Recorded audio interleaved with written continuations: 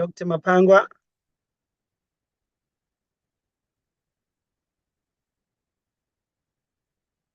Dr. Mapangwa.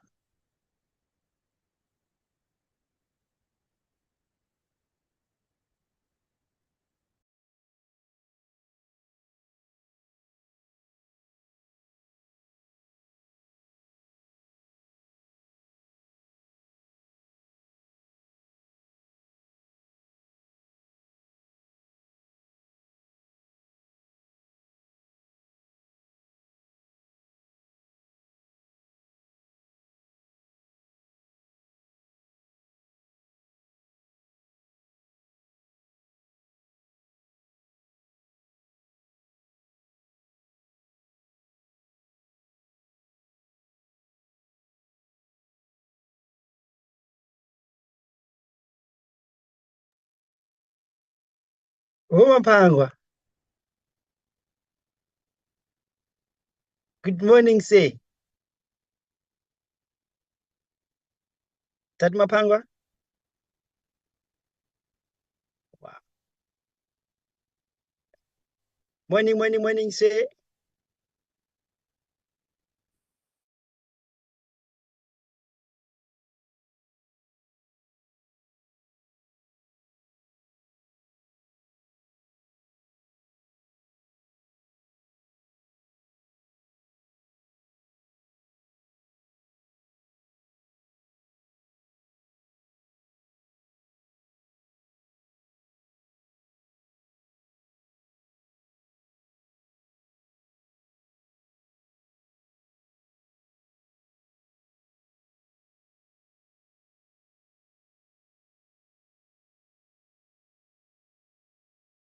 Good morning. Good morning. Good morning. Sorry about that. Can you hear me, sir?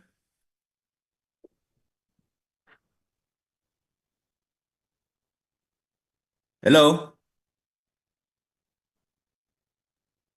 Down. No. Hey, sorry, man. I'm using two devices, so the other one is just for projection only. That's why I couldn't hear you. I don't have speakers on the other device. No, I think the fault was on my side because I was muted, ne? Oh, okay.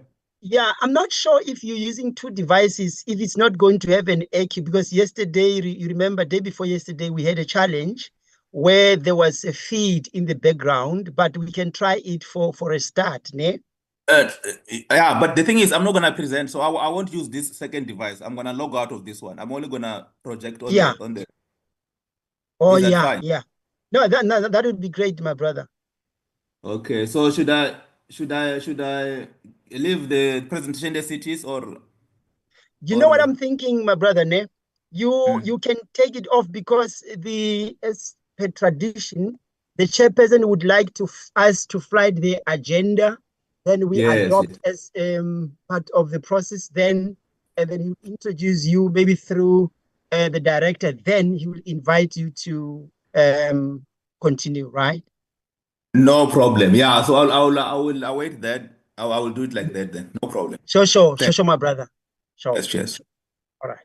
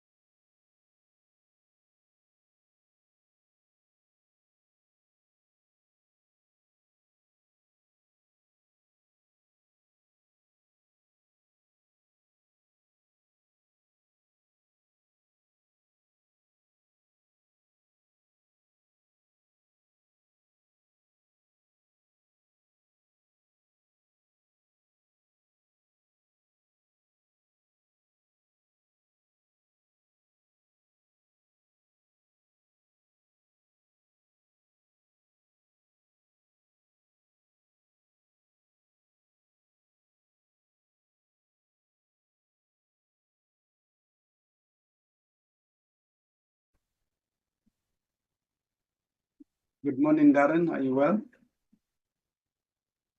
Good morning. Hello, are you? Finding yourself? Good, thanks, man.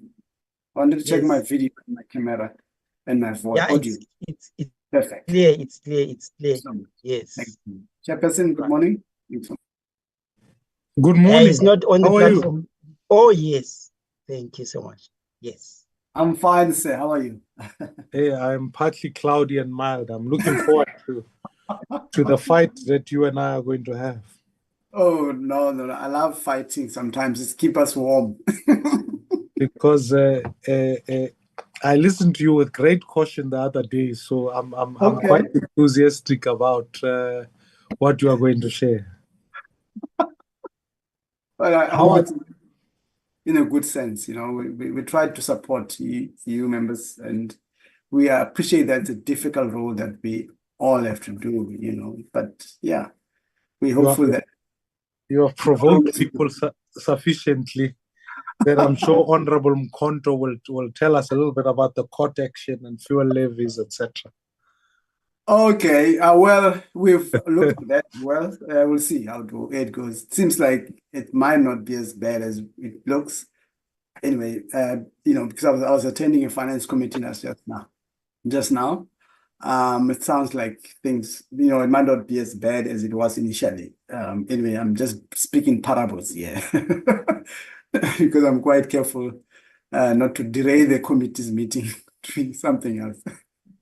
No, I think it is now 10 o'clock. Honorable members, I think we should begin. But Mashile, will you put the agenda on the platform? Good morning, honorable members.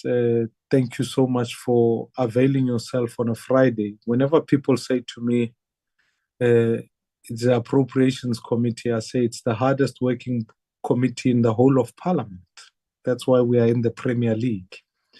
But I'm most appreciative of the work that members of the committee are doing. As many of you would know, we meet on a Friday inherently because we're trying to make sure that in everything that we do, we achieve meeting the deadline of the 30th of July to ensure that budget is passed. The National Council of Provinces will be considering the same set of bills we are seized with on that day. And so it becomes important that from post that, departments are able to then execute with Budget 3.0. I want to especially welcome the Parliamentary Budget Office, who is our internal stakeholder, that we work with in making sure that we can work with this budget. I certainly look forward to a robust discussion about the nature of our budget. Our agenda today is fairly direct in that we will be looking at a presentation from PBO, and then post that, the agenda that has been pushed on the screen there really looks at the presentation on and the consideration of the committee's draft report on the capacity building workshop, and also the consideration of the minutes of the 14th of May, which have been circulated. Mashile, I will have to look at that and see how well we are doing on time. We might have to defer those minutes to the next committee meeting. But in the light of that, may I ask if there's a member who's on the platform who could move for the adoption of this particular agenda? Okay, it's Honorable Galega Mazibuko. I move for the adoption of the agenda as presented. Thank you. And Ndiyabulela, Honorable Galega Mazibuko, Enkosi, and I see Honorable Bateman. Your hand is up, which I assume you are seconding or giving me a high five. Yeah, the high five, Chair. No, Honourable Chair, happy to, well, firstly, welcome to you and also to my colleagues, and yes, happy to second the agenda. Thank you. Thank you very much. With the agenda having been adopted, we will then open this particular meeting. Mashile, are there any apologies? Yes, Chair. Good morning, Chairperson, honorable members on the platform, and dear colleagues. We do have an apology from Honorable Wakelin, who is on sick leave. We also have the apology from Honorable Douglas, who is not feeling well. And lastly, Mr. Kwankwa would be joining us, but would leave shortly before the adjournment of the meeting because he's got a flight to catch. Right. Thank you so much. Yes. No, thank you so much, Mr. Maubane. Those apologies are duly noted. May I also ask honorable members, if you are going to send an apology, if you can send it before the start of the meeting. We cannot accept apologies. It makes it tricky to accept apologies post facto. Sometimes I hear members say, "Oh, yeah, no, I apologize." You can't send an apology post facto to a meeting. Otherwise, we might as well note your apology well in advance. So if I can ask as a practice, if you can communicate to the committee secretariat, read the apologies that you send in that regard. With all of that, I think it's important that we give the Parliamentary Budget Office its due standing, in not only in as far as legislation is concerned, but in as far as the role that Parliament has to do. The Money Bills and Related Matters Act gives this particular committee the right to reject, amend, or make recommendations to the respective bills, or the Division of Revenue Bill, the Appropriations Bill, and other related legislation that we are processing. And that process has to be done within the 35 days post acceptance of the fiscal framework, which has been worked on has been referred to the Standing Committee on Finance. So in the light of both those considerations, I want to allow the Parliamentary Budget Office the opportunity to be able to present, but for us to be able to have a thorough engagement, not just on digesting information, because information for information's sake is not going to serve us or the people of South Africa well. Otherwise, we might as well become an academic institution. We are a parliament representative of the people, and therefore, in the light of that, Parliament exercising its laws must be able to then, taking recommendations of the PBO, the FFC, stakeholders, public engagements, we need to give effect to what the people are looking for and what the people want to see expressed in their budget. We have a duty not only to represent our constituencies, but we have a duty equally so with the trusteeship of South Africa's financial resources. So it's in the balancing of those two prerogatives that we then have an engagement with the PBO, who will guide us in achieving that mission. It's not to educate, it is to empower so we can fulfill our legislative aspects. So Dr. Jantjies, I want to welcome you on the platform and your team. And without further ado, members have been furnished with the presentation. So let's get to the meat of the substance, and we can fly through the bones so that we chew and deliberate on what we need to deliberate on, rather than some of the other framing components that go into that. Dr. Jantjies, welcome. Good morning, Chairperson. Now I feel hungry. We're talking about meat and the bones now. It's still morning. I'm just comforting the Orlando Pirates supporters. Thank you so much. I see Honorable Member Kingsley's hand is up. Should I wait for him? Kingsley, Chairperson. Honorable Wakelin, I don't know if you have a point of order.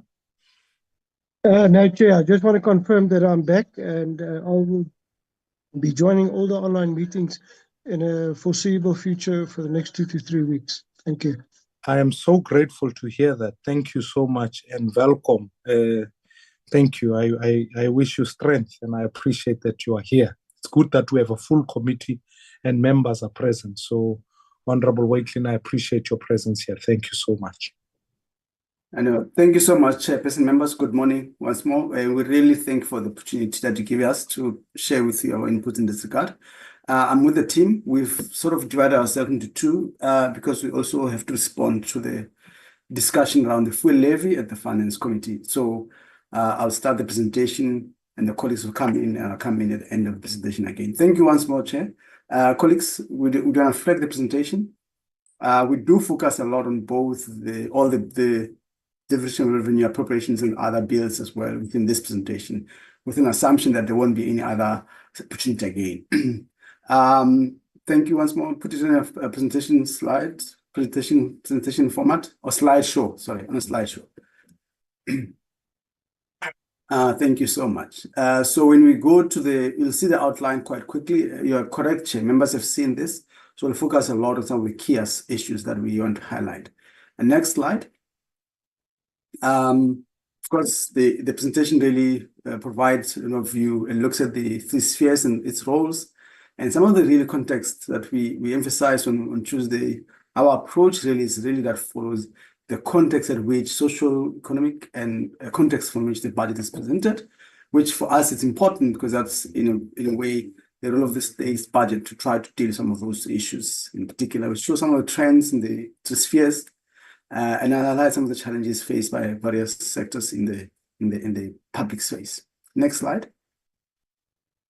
I think in this slide, we just reminding members in terms of understanding the functions of these spheres and what the nation's role is in the provinces and what's the role of the nation. There are specific functions that only at the national sphere, and then the other functions that are predominantly a lot of work being done at the provincial. Think about education, so much social services that happens there, and also some of the responsibilities lying. And so when we look at this budget as a whole, we try to segment it within this understanding as well. So in our view, it's also important to start with this slide, just reminding ourselves where does each sphere's role and how does the budget influence that role in particular.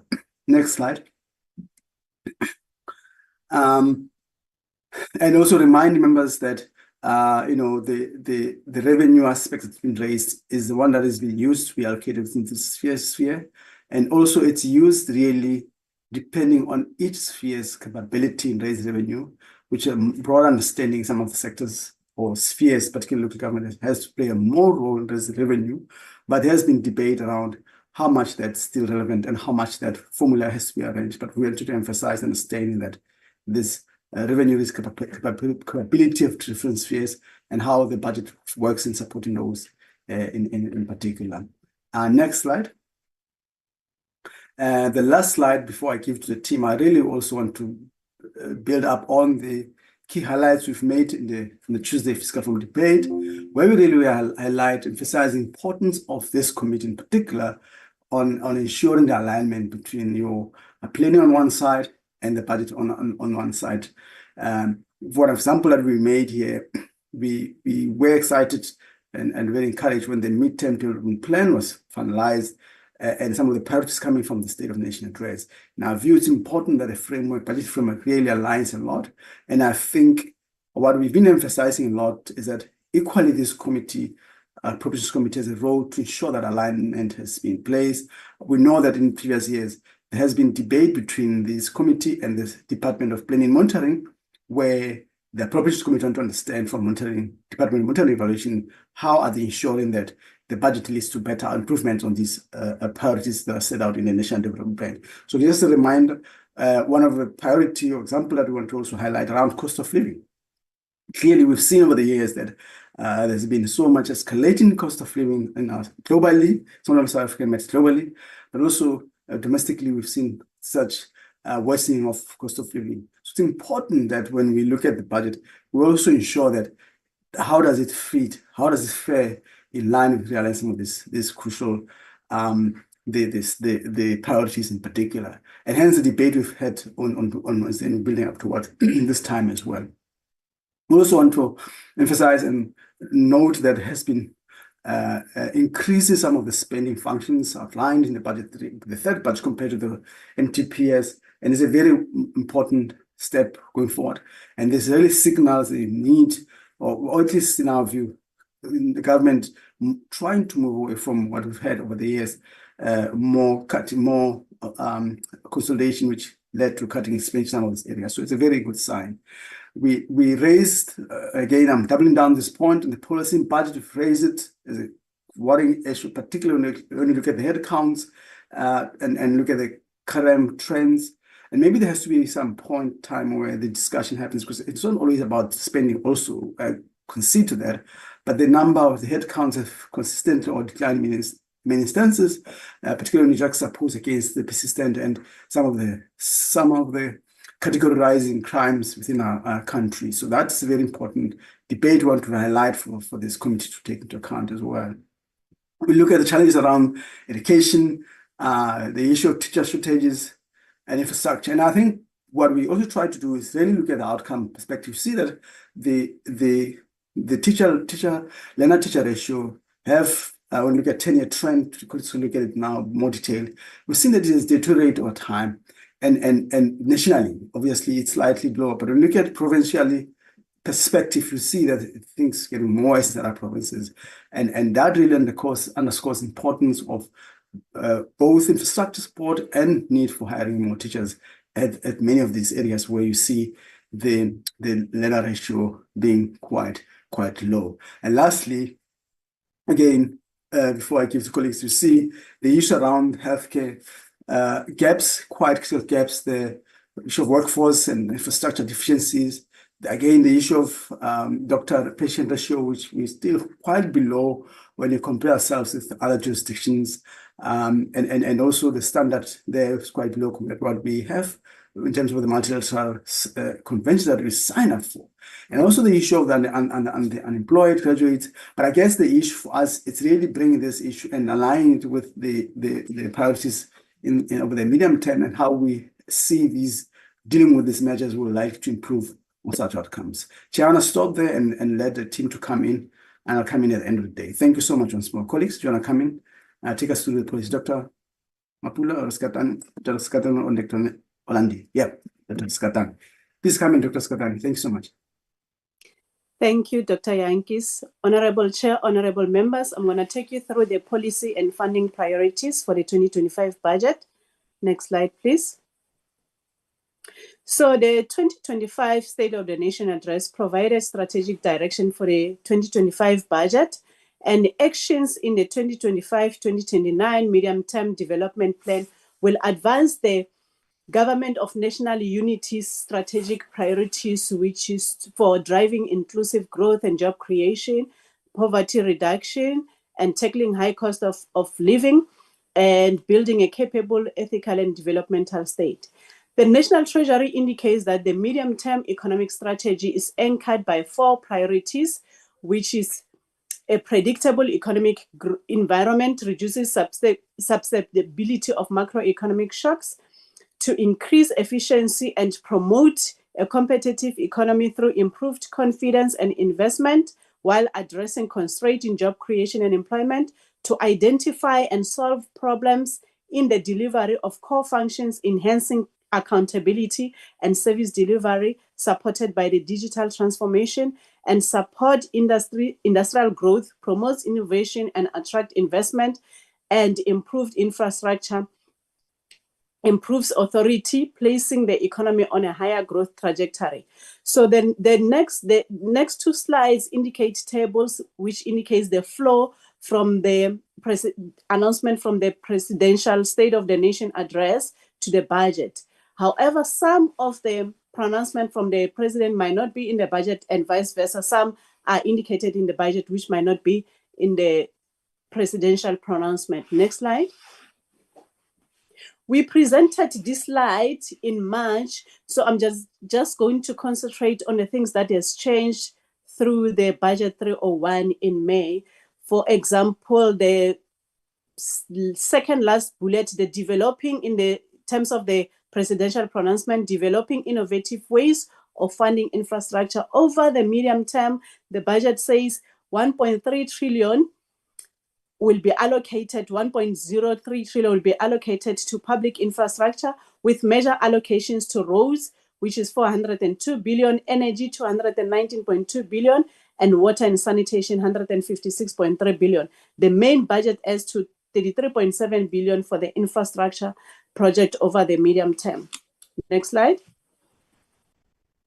And in this slide, what we have seen changing, the second bullet, which is immediate focus on to expand access to early childhood development for the child. In terms of this cluster or sector, we see 19.5 billion for provincial education compensation costs, which will safeguard about 5,500 posts, and for improved access to quality SCD, early childhood development.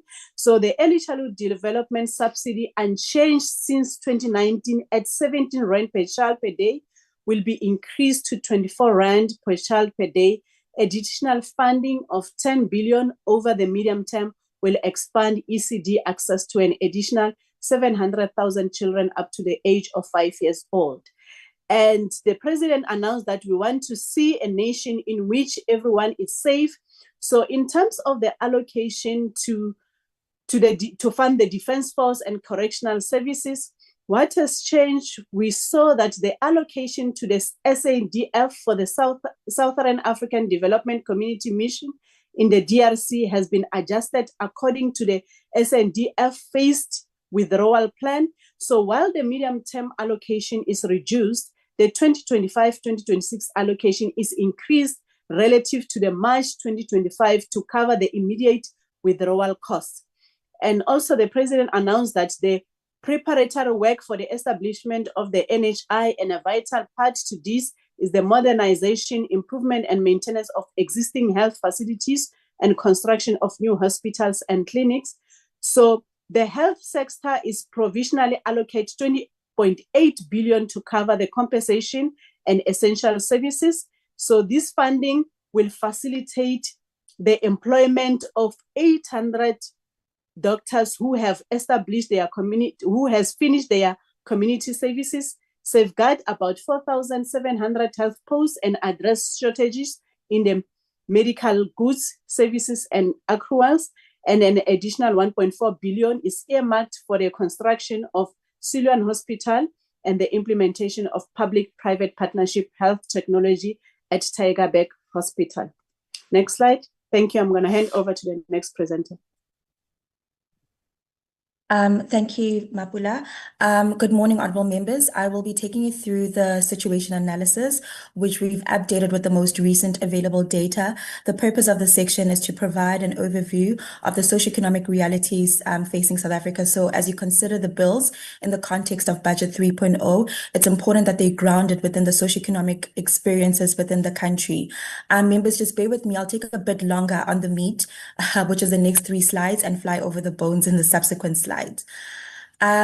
Budget 3.0 marked notable nominal increase in spending functions for key function groups compared to the 2024 MTBPS. However, the scale of the proposed increases may fall short of addressing the existing needs and addressing the backlogs that have constrained the public sector. In 2025, the real average cost of household food basket increased by 103 Rand from 5,079 to 5,182.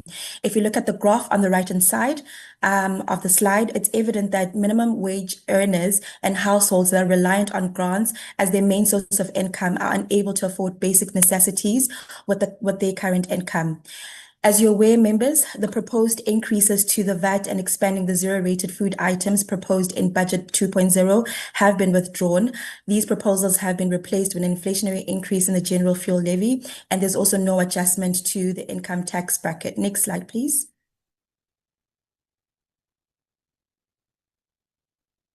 The National Treasury highlighted that the fuel levy has remained unchanged for 3 years. However, this perspective overlooks the cost of living crisis households experienced during that period. And this can be seen with the price increases on the next slide. But for context, members, the conflict between Russia and Ukraine intensified in early 2022, which dramatically drove up global fuel prices, domestic inflation, and food prices. This necessitated urgent buffering measures for citizens globally. In fact, according to the World Bank, over 130 governments intervened in the domestic fuel markets to protect households. Many households are under severe financial strains and thus are struggling with debt. By the fourth quarter of 2024, the average household debt was 62% of disposable income. The interest rates have made I beg your pardon, the high interest rates have made debt repayment even more challenging. Honorable members, my colleague Busi touched on this on Tuesday. The graph below shows that basic necessities such as housing, water, electricity, and food represent over 69% of spending for low-income households. When transport costs are factored in, this rises to around 75%. And so our concern is that for households that are already using a third quarter of their income for necessities, any price increases could have a notable negative impact. Next slide, please, Mkwindi. Honorable members, the graph above shows the pressures that South African households are currently experiencing, particularly those earning at the national minimum wage level. The latest household affordability index shows that transport and electricity costs alone account for over 53% of wages earned by this group of workers. Therefore, it follows that an increase in the fuel levy will directly escalate transport costs, placing a burden on an already struggling household. From an industry perspective, an increase in the fuel levy could drive up our operational costs in sectors such as manufacturing and agriculture, which are important for our economy and job creation. In agriculture, for instance, fuel costs represent 11 to 13% of production costs for crops such as grains as well as oilseeds. These crops are direct inputs for household staples such as bread, cooking oil, and maize. So ultimately, an increase in fuel costs is likely to increase production costs in these sectors, which could then be passed on to consumers. In addition, it could impact the competitiveness of these sectors, and of particular concern to us is the manufacturing industry, which is already in crisis based on the data released in March. So the overarching argument is that while price increases on categories such as food and transport costs might not be as immediate, such as overnight or within a day as the VAT hike, fuel is fundamentally an input cost across the economy, making its pass-through inevitable. Next slide, please. Honorable members, this slide shows that poverty and food insecurity are still major issues in South Africa. Specifically, the latest statistics shows that around 9.2 million people experienced hunger. There's also a crisis that's taking place amongst children. The DG Mary Trust recently reported that severe acute malnutrition in children younger than 5 years old has risen by 26% over the past 5 years, which highlights a need for effective social protection as we view this as a threat to productivity of the future generation. The graph on the right-hand side shows a declining reliance on salaries as the main source of income, which signals a shrinking capacity of our economy to provide stable and dignified employment. Conversely, the percentage of households that consider social grants as their main source of income is growing. We do want to also echo the concerns that have been raised by stakeholders that found that established budget ceilings are currently preventing millions of eligible individuals identified as living in food poverty from accessing the SRD grant. Next slide, please. Members, South Africa has one of the highest Gini coefficients in the world, indicating extreme income inequality. What this tells us is that a large proportion of our population has relatively low income and thus reliance, making it challenging to absorb price increases, especially on essential items. This inequality is especially pronounced across racial lines, as shown by the graph on the right-hand side. The graph shows that 73% of white-headed households are located in the upper income quintile, compared to 14% of black-headed households. Against this backdrop, any proposed revenue-raising measures must consider a more equitable solution to avoid deepening inequality across racial as well as gender lines. Next slide, please.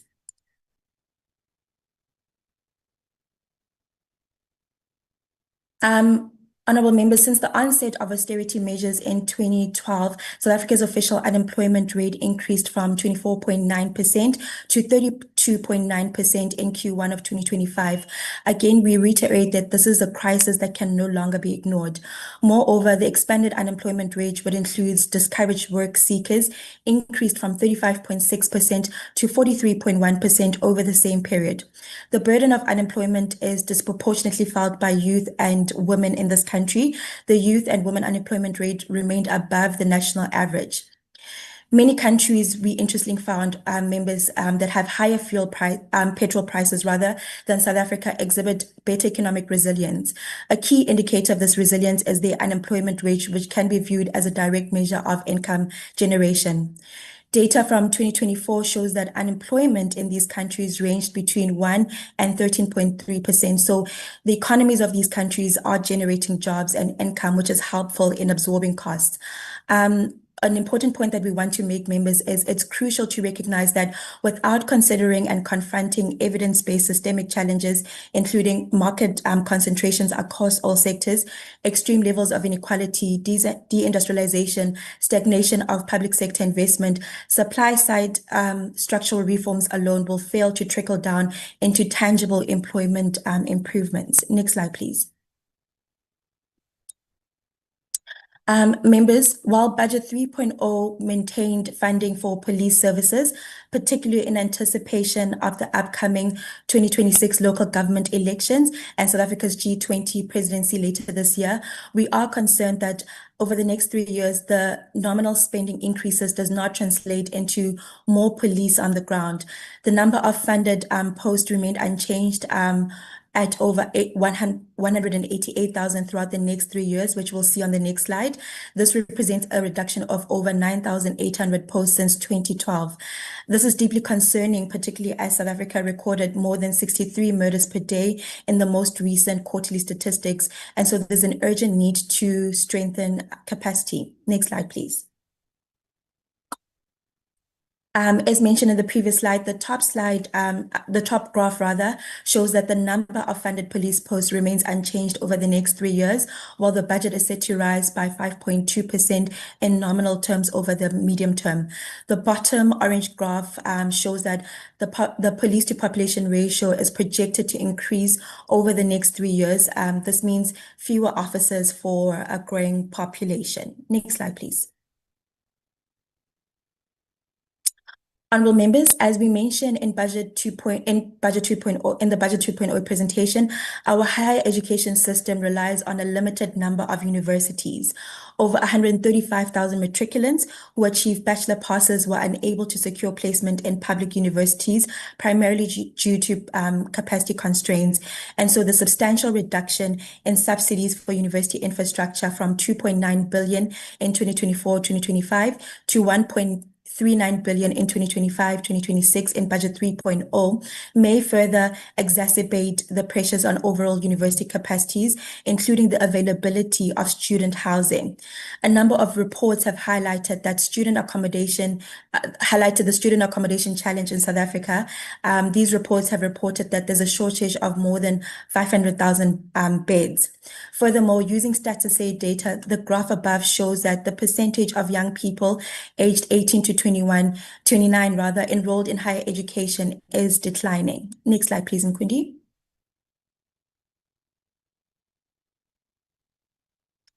Honorable members, I'll take the next 2 slides together. These slides show that despite the nominal increase in funding allocation, our education system is facing serious challenges. Specifically, Budget 3.0 provisionally allocated 19.5 billion over the MTF to safeguard approximately 5,500 educator posts and improve access to ECDs. Although this increase is a positive step in the right direction, it does fall short of repairing the years of spending reductions which have contributed to the pressures provincial education departments continue to face with teacher shortages, infrastructure challenges, and even difficulties in implementing mandatory directives. In 2024, we had over 31,400 unqualified posts in provincial education departments. Next slide, please, Nkundi. Moreover, the national average learner to educator ratio has risen to 35 learners per educator from 34 learners per educator in 2023. Notably, 3 provinces, namely Limpopo, Mpumalanga, and Western Cape, had learner to educator ratios that were above the national average. It's important to note that South Africa's learner to educator ratio does mask disparities, which with less resource schools often experiencing much larger classes. For instance, the largest grade 6 class in Limpopo averaged 61 learners compared to 39 learners in the Western Cape. Moreover, the infrastructure backlog is is worsening. The Department of Education was unable to construct or replace any schools in the Eastern Cape, Free State, and Limpopo, as well as the Northwest during the 2023-2024 financial year. This represents a stark decline from 2014 and 2015, when over 30 schools were completed in Eastern Cape and 13 in Limpopo. And so looking at these statistics, our view is that we are underfunding a fundamental human right and contributing to a developmental crisis. Next slide, please. Lastly, turning to healthcare, I'll provide a quick summary. This slide bears the alarming reality of South Africa's healthcare system. We currently have only one doctor for over 3,000 patients. It's a far cry from the WHO's identified minimum health worker density. This crisis is compounded by the loss of nearly 9,000 workers last year, as mentioned in Budget 2.0 and highlighted by South Africa's Medical Association. Currently, the number of newly qualified doctors outpace the proposed funding allocation. The funding allocation is not enough to address the significant infrastructure backlog, and a critical example of this is the infrastructure crisis at Johannesburg's Helen Joseph Hospital. In March 2025, the Health Ombudsman declared that this hospital was not fit for purpose. It's a hospital that has 630 beds, but admits more than 1,600 patients in its wards. I'll now hand over to my next colleague. Thank you.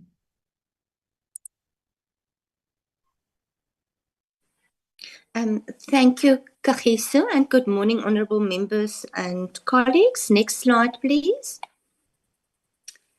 The first table shows the vertical split of nationally raised revenue between the three spheres of government. So the national share includes conditional grants to provinces and local governments, general fuel levy, sharing with metropolitan municipalities, and the debt service costs, the contingency reserve, and provisional allocations. So members, you will see that's quite a difference in terms of what we use to present, but it's just to make it clear on how the division of revenue bill is actually constructed. The second table shows how the proportion of the allocations change when the conditional grants and fuel levy are included in the provincial and local government numbers. These proportions are calculated on the non-interest allocations, excluding the provisional allocations. Next slide. So members, the 2025 division of revenue allocations allocated 49.2% to the national sphere, 41.3% to provincial, and 9.5% to the local government sphere. And it is estimated that the share to the local government will increase to 9.7% in 27-28. In terms of the equitable share, provincial equitable shares, the nominal changes to provincial equitable shares since the 2024 MTEF was 5.7 billion in 25 and 4.9 billion in 2026-27, and is growing by 4.8% over the 25 medium term. Next slide. Members, these diagrams are just showing the actual outcomes for 21 to 24, and then the allocations or the division of revenue for 25-26, how it changes over time. Next slide. In terms of the revenue between the three spheres of government, the nominal growth of the 25 MTEF is 3.2% for national departments when we use the preliminary outcome figures, and 5.5% for total spending when the provisional allocations and contingency reserves are included over the medium term. 4.5% growth for provinces and 4.4% for local government. The diagram shows the real per capita actual and estimated spending per economic classification. Next slide. Members, the conditional grants transferred from national departments, these tables have been updated with the preliminary outcomes for 24-25. Our previous presentation still had the revised estimates. So the largest proportion of conditional grants to provinces is for education, health, human settlements, and transport.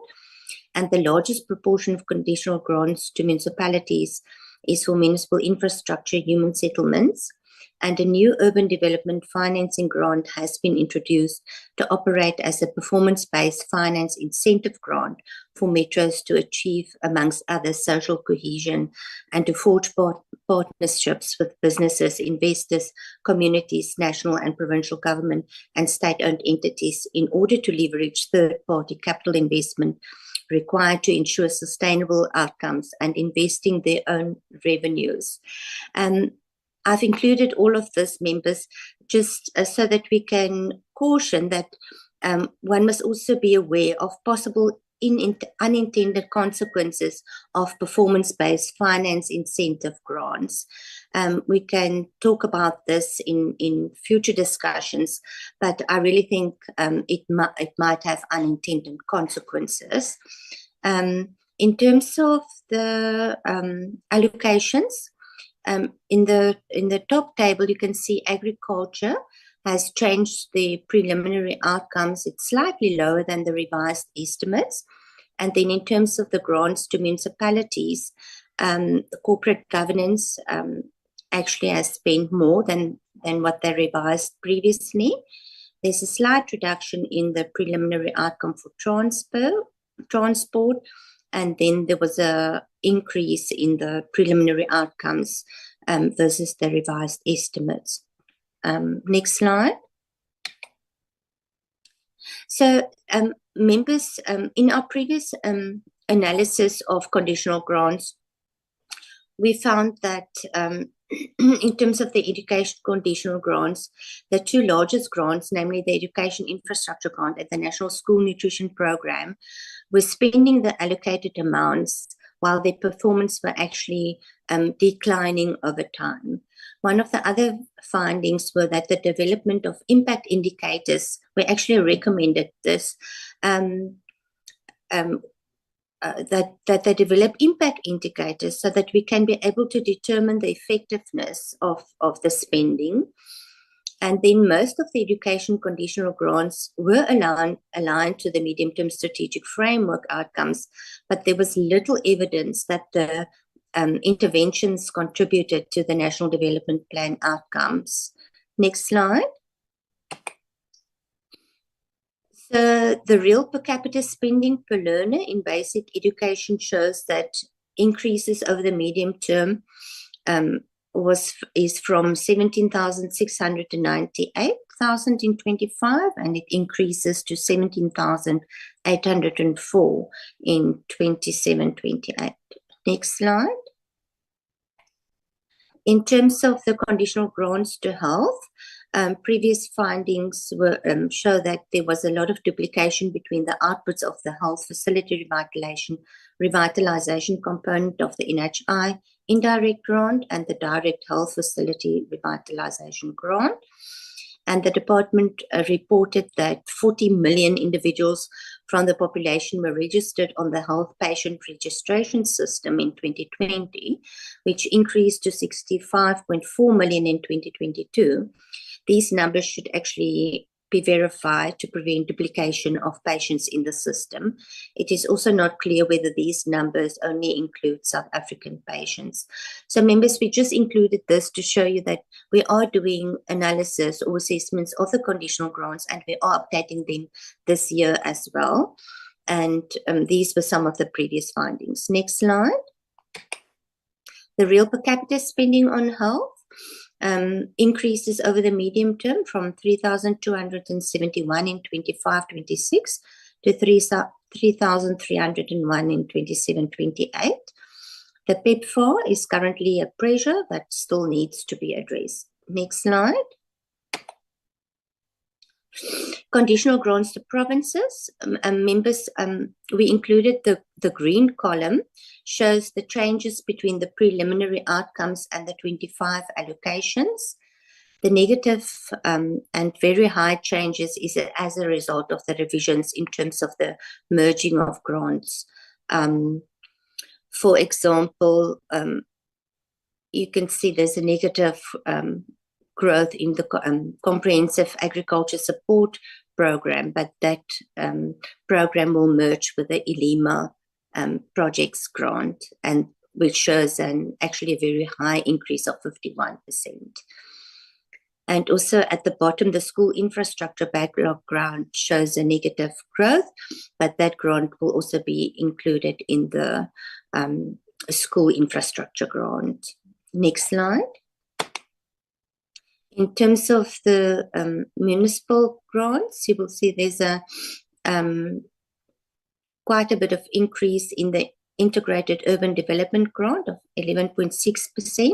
And members, just to remind you that these increases is calculated from the 24-25 adjustments budgets. Public transport network increased by 11%. Yes, and yeah, that's basically what I wanted to show in terms of the growth between 2024 and 25, the new allocations. Next slide. In terms of the appropriations, next slide. Members, the Treasury updated the tables, which are included by including the preliminary outcomes for 24-25. The column in the middle shows the percentage spent of the adjusted budget.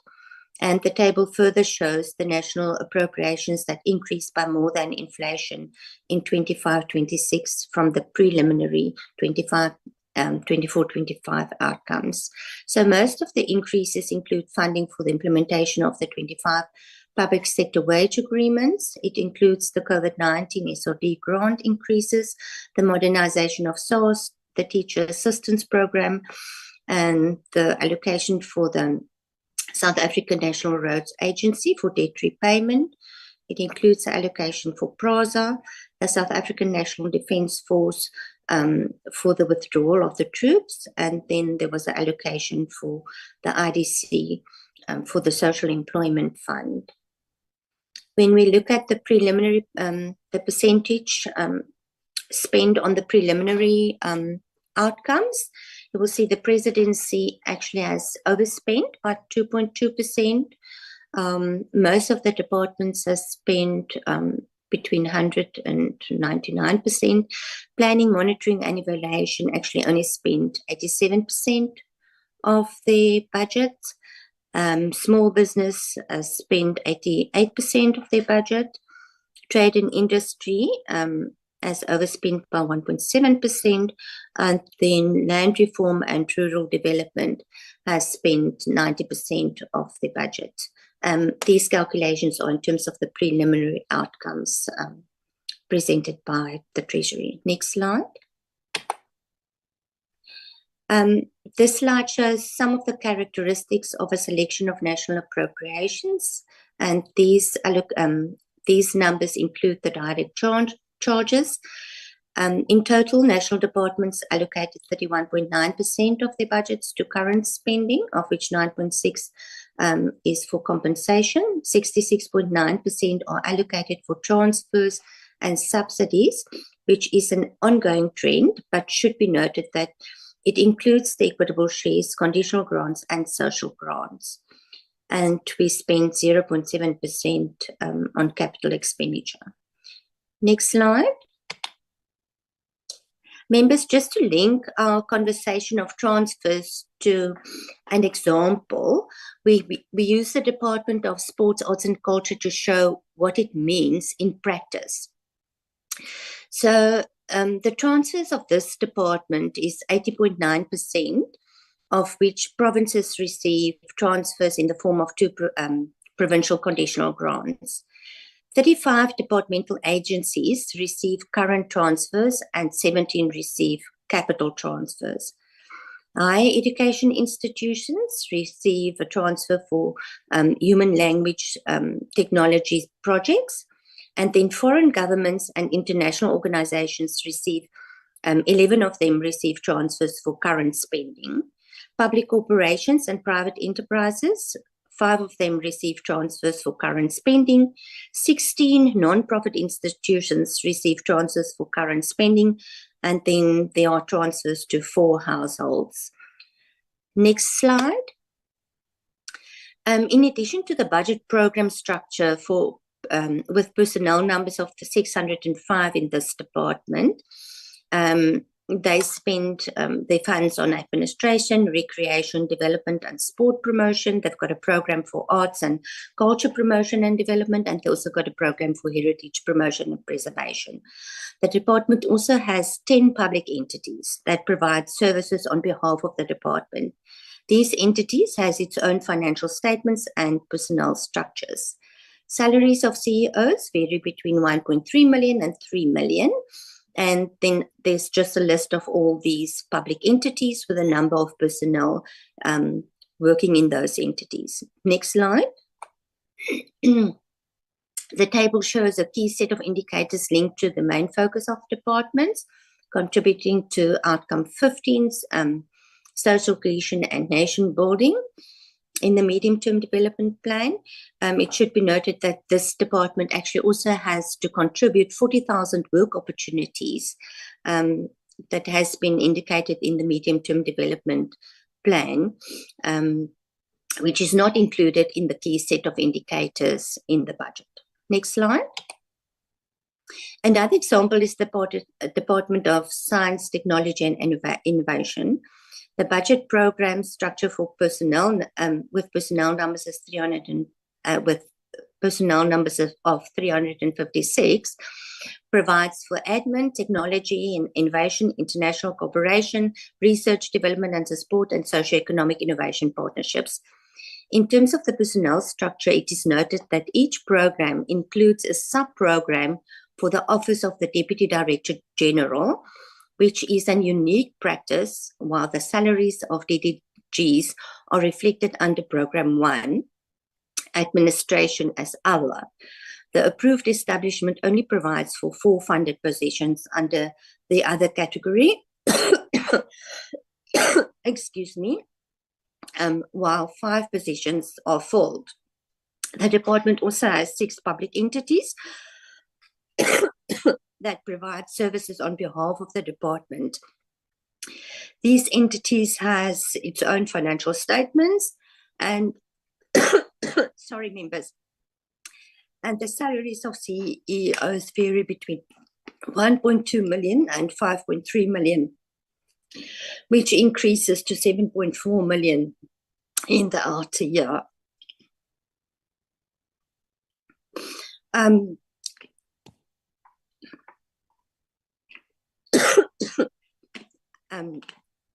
So I've also listed the entities linked to this department, and you can see the personnel numbers at the bottom. So the transfers and subsidies amounts to 92.4%, of which departmental agencies actually received 22 of them received current transfers and 2 capital transfers. Sorry. Public operations and private enterprises, 5 of them received transfers for current spending, and non-profit institutions, 9 of them received current spending, transfers for current spending. And the largest program, Program 4, Research and Development and Support, spent 57% of the total vote budget. Next slide. So members, the objective of Program 4, the biggest program, is to develop the development of representative high-level human capital to pursue locally relevant, globally competitive research and innovation activities over the medium term. So in terms of the responsibilities of this program, they actually award several bursaries. You can, we don't have to go through them, but you can see there's a list of the bursaries that they actually award. And they also contributes to a transformed, inclusive, responsive and coherent national system of innovation. So the question is whether this function is not better suited for the Department of Higher Education. The innovation also included the increasing of the total availability of broadband capacity provided by the South African National Research Network. And in this instant, the question is whether this is not the function of the Department of Communication and Digital Technologies. Next slide. We don't have to go through this slide, members. Next slide. So some of the characteristics of a selection of national appropriations. So these are departments that transfer less than 60% of their appropriations to other institutions. And we included a quick review of the police services. We've spoken about that in the social economic section, but just a quick review. Next slide. The largest program is visible policing, which estimates to spend an average of 53.3% of the total MTEF, followed by detective services and administration. So members' compensation of employees are the largest expenditure item in terms of the economic spending, which amounts to 80.8% of total spending on average over the medium term. Next slide. So the police services personnel information over the 2025 MTEM shows that the majority of officers, 73% of them, are on levels 1 and 6 and earn an average of 400,000 per year. We can also skip the rest of the slide. Next slide. So police services, just a summary of some of the observations of the APP of the police services is that the analysis of the internal environment of the police services reflected in the 25 annual APP is comprehensive, and it identified key elements within the context of the organizational effectiveness paradigm. It is noted that several new indicators have been developed to respond to the key elements required for organizational effectiveness. Although the APP responded to some of the key elements identified in the analysis, the department did not adjust key data sets reflected in the 2024 budget accordingly.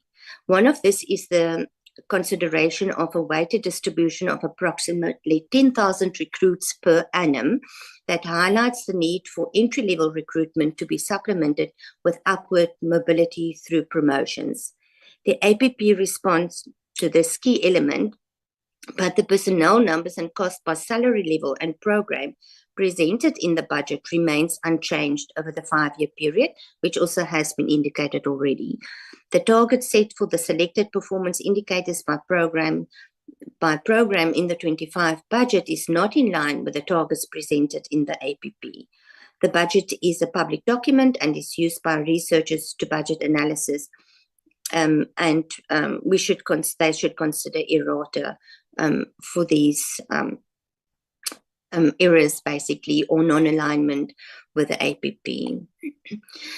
So members, I will hand over to my colleague, but we did this short analysis just basically to illustrate to you what a short budget review actually, and a review of an APP, the information that it can actually bring to this committee in terms of the decision-making and analysis of the budget.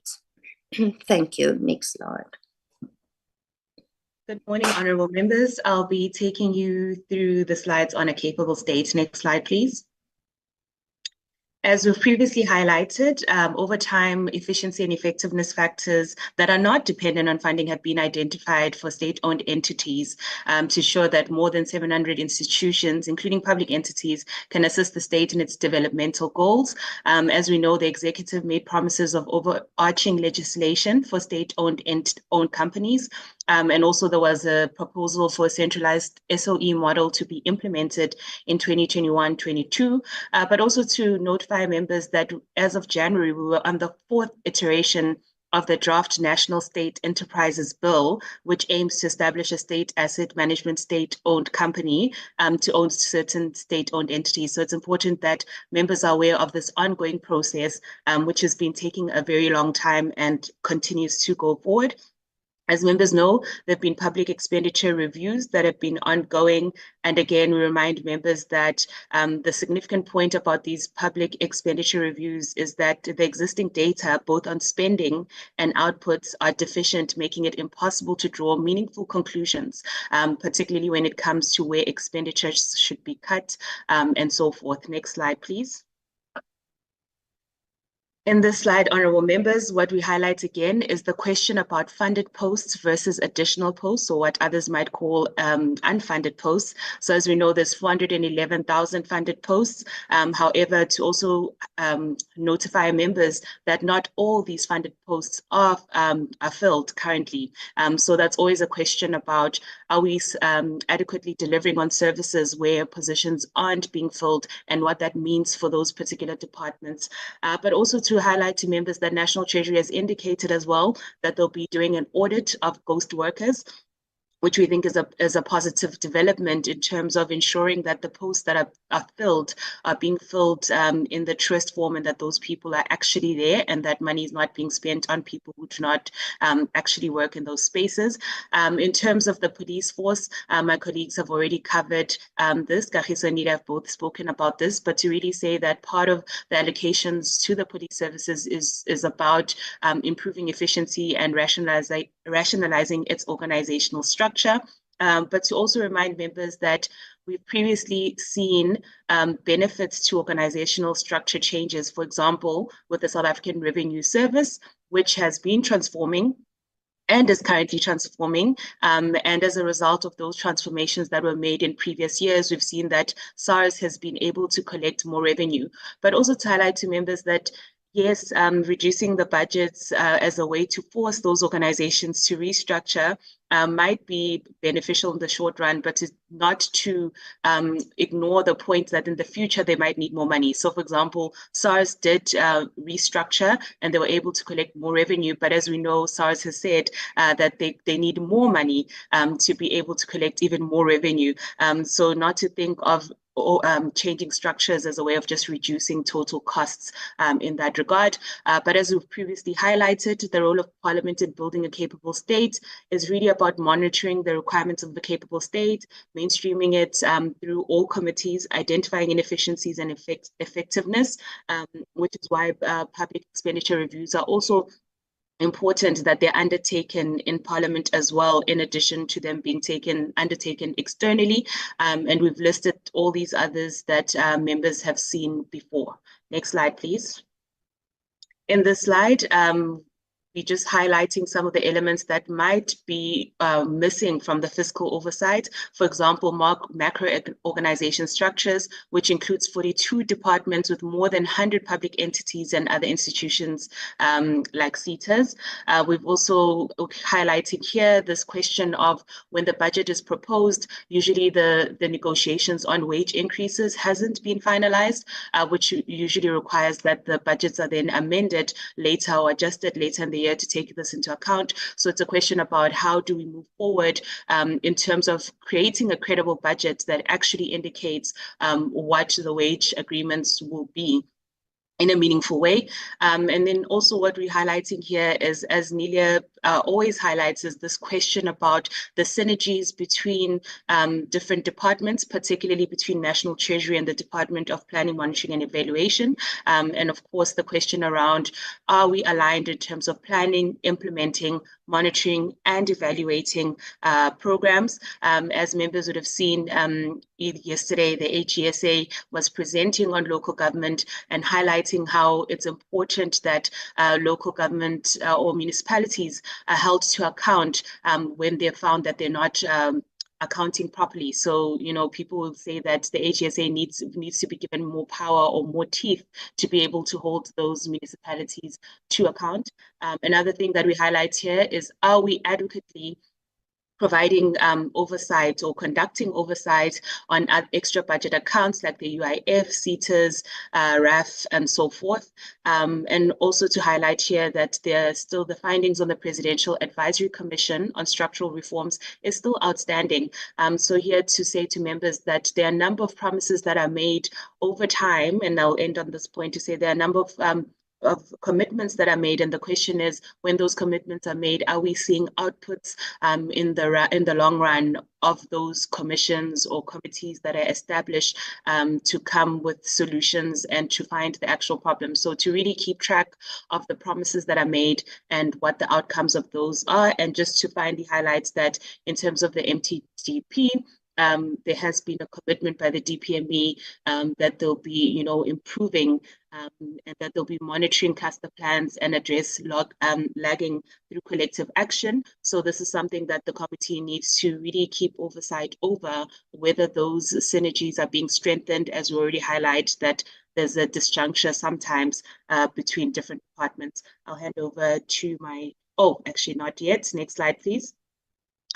In terms of the Eskom bill, honorable members, there hasn't been much changes, which is why I was ready to hand over to my director to conclude, but to really say to members that as of the recent or the latest budget, in fact, budget 2.0 is the same. It's just to highlight that the final 70 billion debt takeover has been revised to 40 billion in 2025-26 and 10 billion in 2028-29, which means that government has had some savings. But just to really highlight to members that there's always a debate about whether to bail out state-owned entities, but I think this example of Eskom here is showing that sometimes when government moves faster to actually help those SOEs, we might actually be saving in the longer term. So when this proposal was initially made, there was an expectation that the debt relief would be higher. But actually, in the end, it's been lower because of the action that was taken at the time that it was taken. Next slide, please. And in the slide, members, in terms of the public sector pension and related payments bill, I think just really the takeaway point from the slide is to say that the charges will now be against the National Revenue Fund. Previously, what was happening is that, there was a debate about or certain elements of the pension or pension payments were coming from the different departments, for example, Parliament. But now what they've done is they've streamlined. The proposal is to streamline such that all these benefits or post-retirement, medical and other pension-related benefits are directly charged against the National Revenue Fund, which is a positive development because it means that there's greater synergy and an understanding of where benefits should come from or who should be taking on the bill in that regard. Next slide, please. I'll now hand over to my director. Thank you so much, colleagues. Thanks so much, chairperson members. We just really want to emphasize in a summary, really the issue of ensuring alignment, particularly also having a clear system of monitoring that alignment, particularly looking at the outcomes. We do emphasize that the appropriation bill should be assessed not only as a numbers game and all of that, but also in potential impact it has on socio-economic and also economic growth as we have set out in the strategic development plans. Parliament, together with various oversight institutions such as Presidency, DPME, and others, should not only pursue expenditure to identify saving, but also assess duplications of services within that between institutions as well to ensure that there isn't very layers of oversight unnecessarily. So that's very important.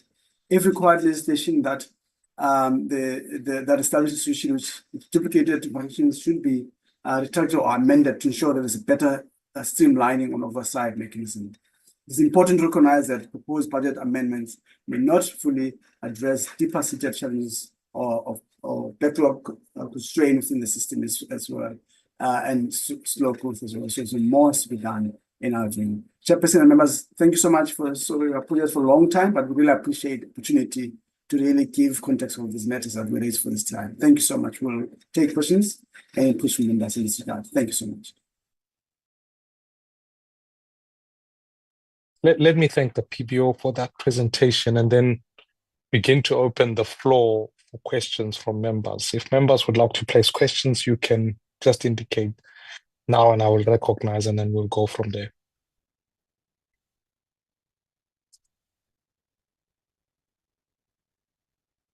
I recognize Honorable Mkonto, Honorable Wakelin, Honorable Suale, and just want to make sure I've got everybody here.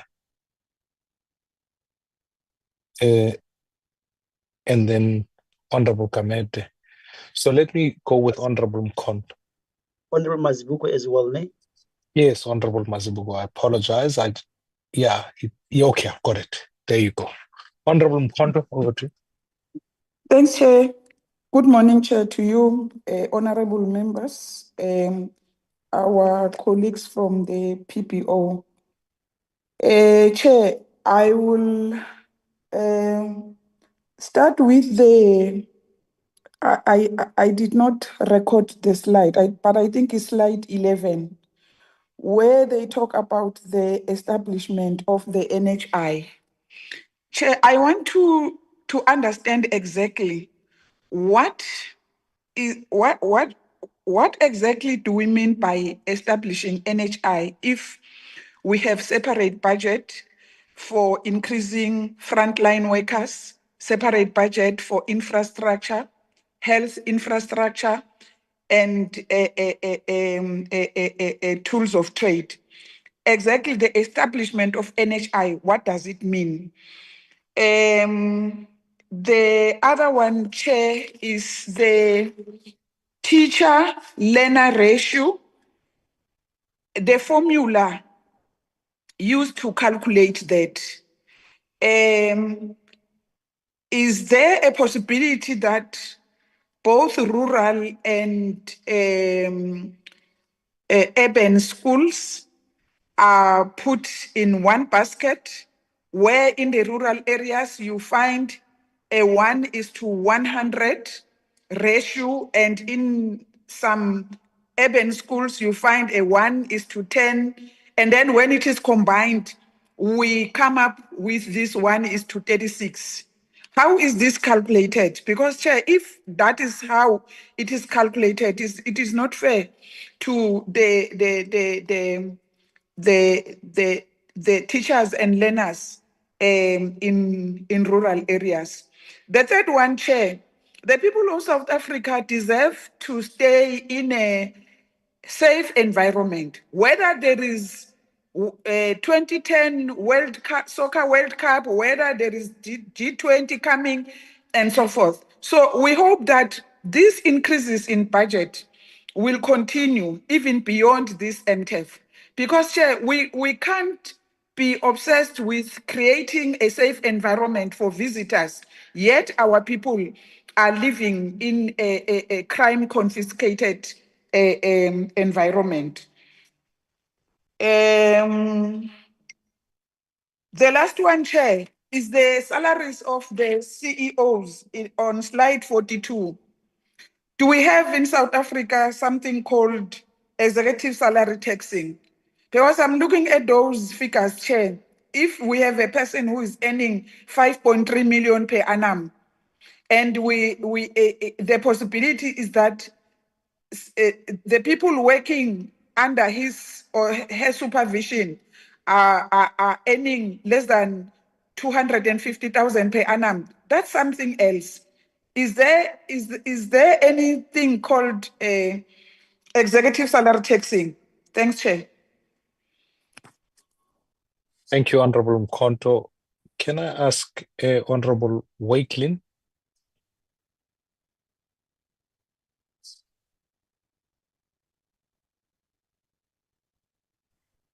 Chair, can you hear me? Yes, we can hear you now. Thank you. I just want to get to my questions. The first one, Chair, relates to, and I'm quite perturbed when I read the further slides of the Parliamentary Budget Office, where in particular we have started to reference a possible unemployment grant and how we would utilize that instead of the SRD grant. We saw that 40 billion is a net increase on the SRD grant this year. And I would like to know why they've taken a position of, and if I read their slides correct, I'm happy for them to defend it, why they've taken a position and say, we should not do anything on the SRD grants. We should continue as is and not utilize that in a different model to ensure that we can get employment. People don't want grants. People want jobs. That's the position I'm taking. And second of all, it talks directly to the integrity of people and their dignity as a person. So I'm quite concerned when the PBO takes a position on that. That's the first thing. And maybe if they can just explain, surely they could come up with a proper model that can assist us to have an understanding how to utilize this large amount of funding going forward. Then the National Youth Development Agency is receiving 549 million this year for public employment programs. What methodology is the PBO going to use to track and make sure that that submission is productive and that we actually can see some results coming from there? I've got a very big concern about the NYID agency at the moment and what they are doing, and I would like us to possibly start tracking them and calling them to the Appropriation Committee to come and explain what are they going to do and how do they can ensure sustainable employment. Chair, the debt repayment on National Sanro, it is painful, but it is what it is, and I accept that. That's just a comment. Then the third question relates to the IDC Corporation that also received a 1.3 billion for social employment fund. What is that used for? We need to have an understanding. Why would the IDC have also a social employment fund, and how do we track that? I mean, it seems to me that this social grant and the social upliftment and caring for those that cannot at the moment is just all over, not properly coordinated, and we need to consolidate and make sure that we have one port of call where we can start tracking these social grants. Then, obviously, the PBO's position on compensation of employees. Already, we are seeing that they start preparing for another 5.8% increase negotiations. For the last few years, the negotiations have always been above inflation rate. My question is that fair to the rest of South Africa where people are getting below inflation rate increases? And what must we do to resolve that? And just their position on that matter. Chair, there's quite a number of things I want to ask, but my concern lies also with regards to, if I may, lastly, the 585 million for the National Health Insurance indirect grant. What will it be used for? Is it for a system? What can we see? What would be the end result? I know there was some talks about an ITC system that will be utilized to utilize that. I am grateful for the 7.5 billion transfer to the South African Revenue Services. And as far as I'm concerned, we could have actually increased that more. Thank you, Chair. I'll leave it at that. Thank you, Honorable Waitlin. Honorable Siate, if I'm not mistaken. Yeah.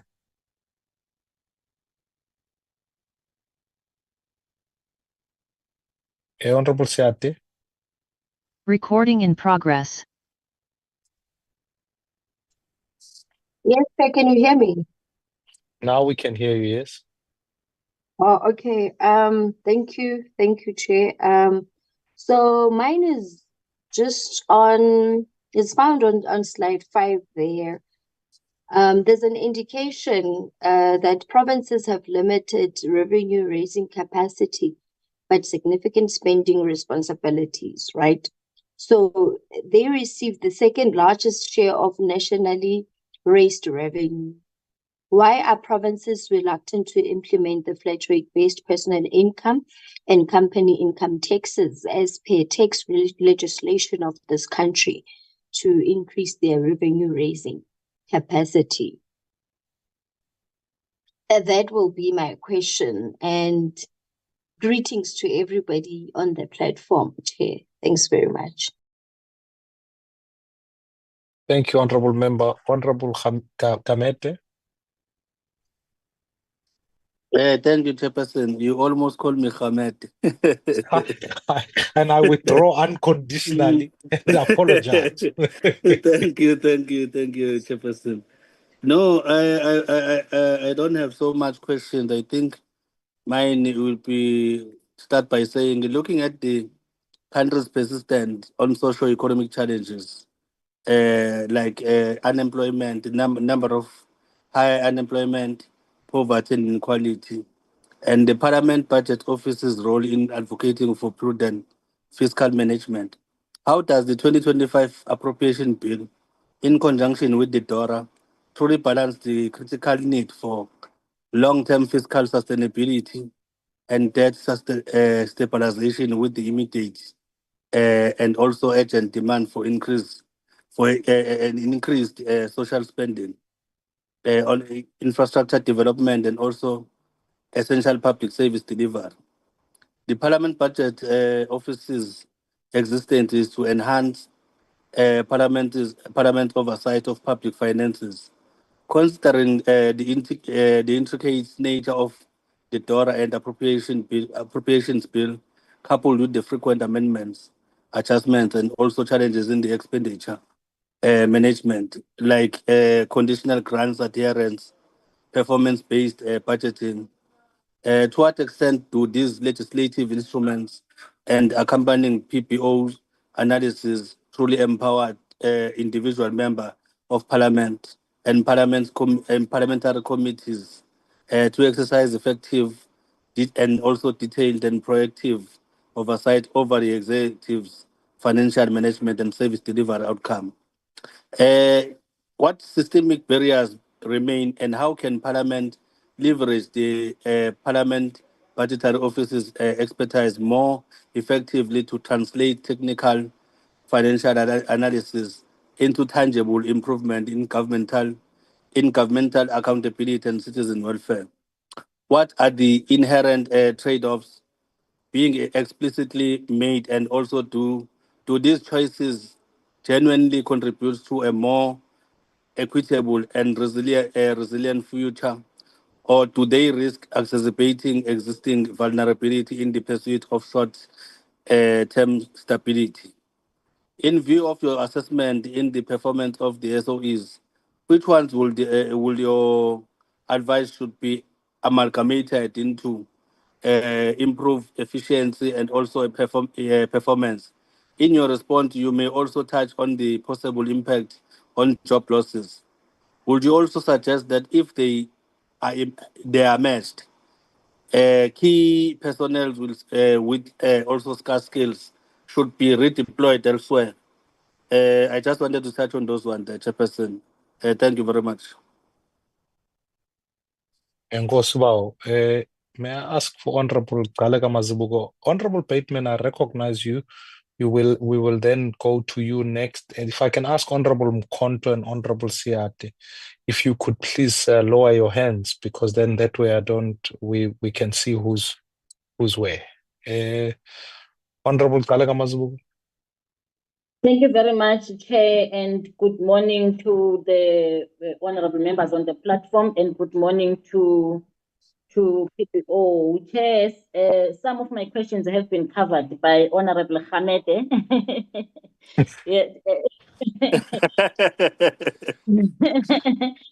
Chair, let me express my appreciation to the PPO for their ongoing advice to this committee. Some of us who are new in Parliament, we are really being empowered by the comments and the advices that are given, the analysis from the Parliamentary Budget Office. So I thought, let me just appreciate that. Chair, there are two major things that are worrying me on the presentation, more than any other things. You know, the reduction of the police force budget, and which result to them not being able to increase staff. For me, I think it is a challenge, Chair, even if it is happening in the MTF. Because of the level of crime, which is also affecting not only the citizens of the country, but also affecting investment in the country. Because you see, investors, some companies are shutting down because of crime.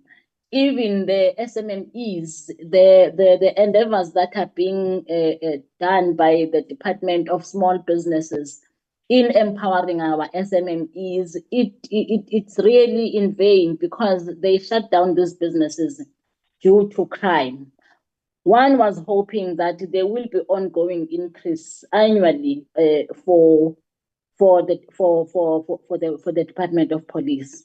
And if we talk about combating crime, and at the same time the budget for the department is not enough, for me, I think it is a worrying factor. The second thing, Chair, is the non-filling of funded posts. This has been a problem in government for a number of years. It's an ongoing problem. In fact, in all spheres of government, you will find that there are posts that are funded, but they are not filled. So what would be the advice of the PPO in this? How should the committee monitor and make sure that this is not happening, and the posts that are funded are filled? Because I don't even subscribe to the reasons that are given. I know that National Treasury at some point has given us the reasons of this, why the departments could not fill the post, but I don't think there should be an excuse for this, Chair.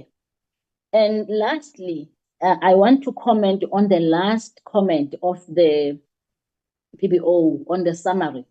When Mr. Janchi said the appropriation bill should be assessed mainly on the impact it does on service delivery, inequality, and economic growth. We know very well that we have been appropriating budget to departments, budget to provinces, budget to appropriation to local government, and the budget has not been properly utilized by the departments, as well as if you look at the fourth quarterly report of National Treasury, you would see how departments have underspent on their budgets and money going back to Treasury. So again, what would be the advice from the PPO? I know you're talking about monitoring systems and that, and you know, for me, it's like we're indicating left and we're turning right. We have been talking about monitoring. We even have a department of monitoring and evaluation, but we still have the same problem year in, year out of underspending by the department, and there are no consequences. So hence I'm asking the advice from the PPO on how should we make sure that this monitoring system is effective enough in our oversight. Thank you, Chair. Thank you, Honorable Karaga Mazibuko. Honorable Bateman.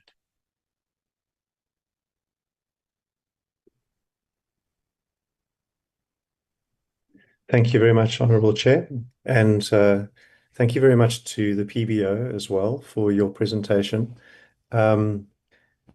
I think as I've expressed before, and I'm not going to go into any details here, I do have a problem with how the PBO, the narrative, let's say, of why the South African economy is not growing, that seems to underlie how the PBO thinks and presents the information which it presents. And to my mind, it's a narrative that's based on ideology, not evidence, and that it underpins some very damaging economic policies that have got us into the mess that we're in and could potentially keep us in the mess we're in if we don't take stock and change course. I've spoken about this at length. I'm not going to belabor the point. But I do want to say that one thing that I really do appreciate about the PBO is how it brings into sharp focus the needs and the challenges that we face as a country. And I also want to acknowledge the effort that's been done in this presentation to help us, to equip us to see ways in which a department's spending can be improved and streamlined. I think that's the direction that we're invited to ask some questions based on what's been presented. And so I'm going to do just that. And specifically looking at the Department of Sport, Arts and Culture, that could provide a helpful case study on how the multiplication of public entities within a department can cause a ballooning of government expenses through duplication. So with all of those different bodies that exist under the Department of Sports, Arts and Culture, there are now going to be new expense line items for board fees, for new sets of executives, for administration costs, for audit costs, and so on. And also from the Parliament's perspective, those all just fit under a line called transfers, and you've got to go and then look into the detail. There are concerns, I suppose, also around what remuneration policies and standards are applied.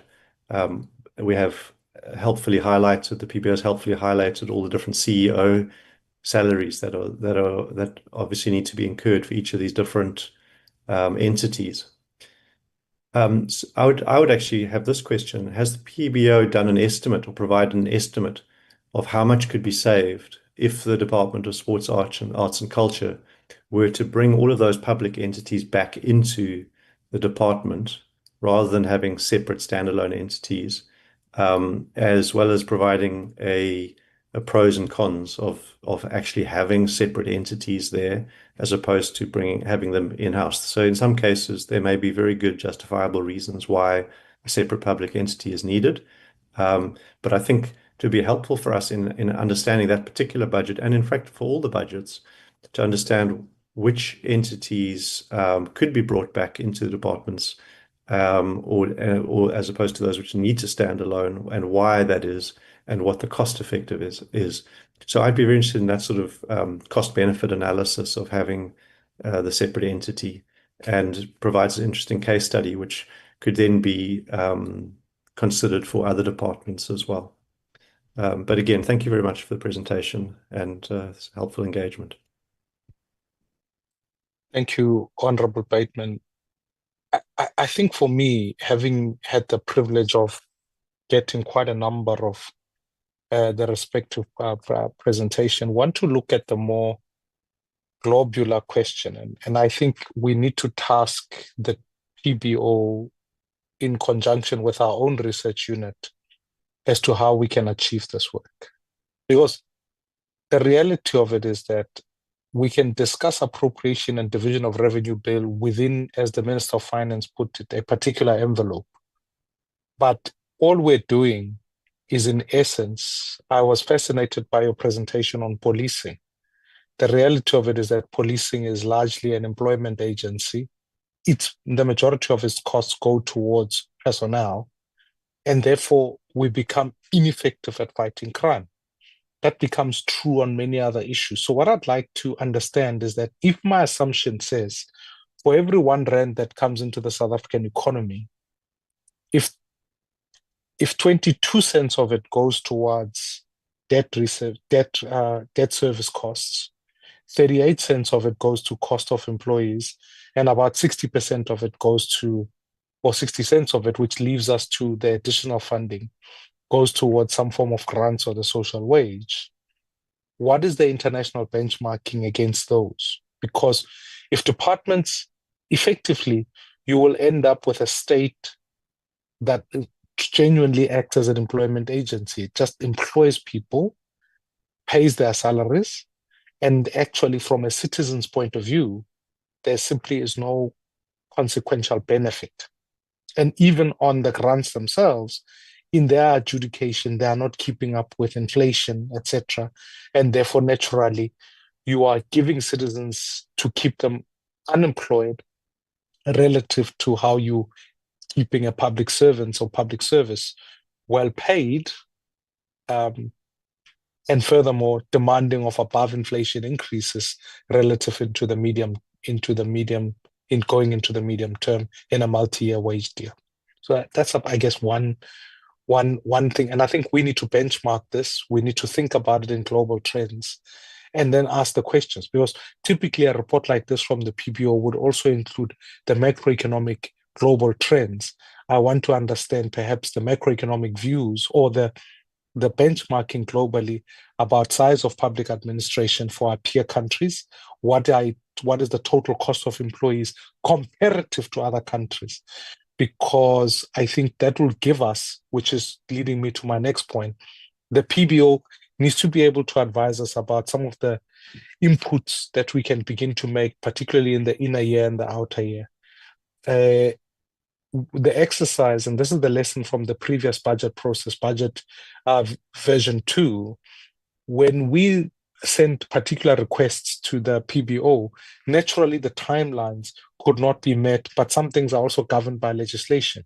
So what I would ask of the PBO is perhaps stated now publicly, we do need to do we are engaged in the process of setting up how we do spending reviews in partnership with the presidency and treasury, so that that process isn't just executive led.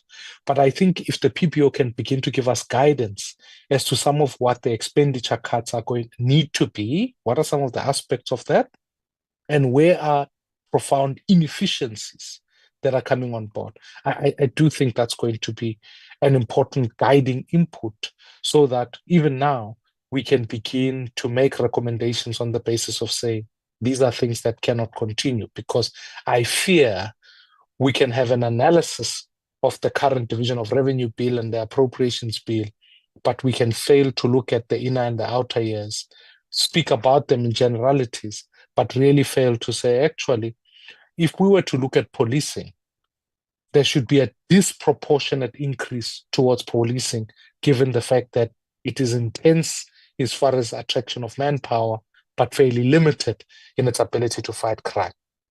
Or if we were to look at education, whilst the national government disperses funds to provinces, in all reality, in provinces, the Minister of Education on Tuesday raised quite eloquently that there are 3 provinces that are already going to begin to run out of funding for certain programs. Now, we can't sit here as an appropriations committee and close our eyes when a statement like that, such as I think she mentioned the Free State, the Northwest, and KZN, are going to run out of fund. So of those 3 provinces, whose children must be impacted by this issue?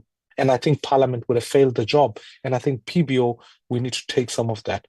I will ask our secretariat, Mashila, I'd like us to look at a particular reporting mechanism that gives us a rubric that measures departments, whether what was the appropriation, what is the program, and what are the targets, have they been achieved, so that we can answer the question, are we getting bang for our buck in as far as vote 1 to vote 41? Because I'll take vote 1, the presidency.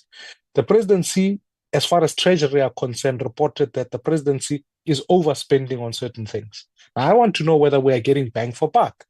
One of the items that the presidency overspends on are commissions of inquiry. Now, it'd be foolish of me not to acknowledge that they've just announced another one. Now, I might have feelings about whether we should or should not have a commission of inquiry on TRC, etc. That's a different political question. The truth of the matter is, I want to understand whether that appropriation is achieving what it was intended to do. So, for example, on the Zondo Commission, there are others who would say, well, given what the asset forfeiture unit has been, that 1 billion rands appropriated for that worked out well. But there are other schools of thought who might say, well, relative to prosecution of the people who are actors, that can also be declared wasteful and fruitless expenditure. Now, as an appropriations committee, we sit and we look at these appropriations come through, overspending, underspending. It so happens that in this particular last Q4, that's the presidency did not overspend on the basis of a commission, but really on some programs. But what I'd like us to look at is whether in an intended program, does it achieve what it wants to do? And I think we'll need to think hard about how we put that relative reporting going forward. I welcome the inputs on SOEs. I think they are very much helpful. And then lastly, I want to look at municipalities.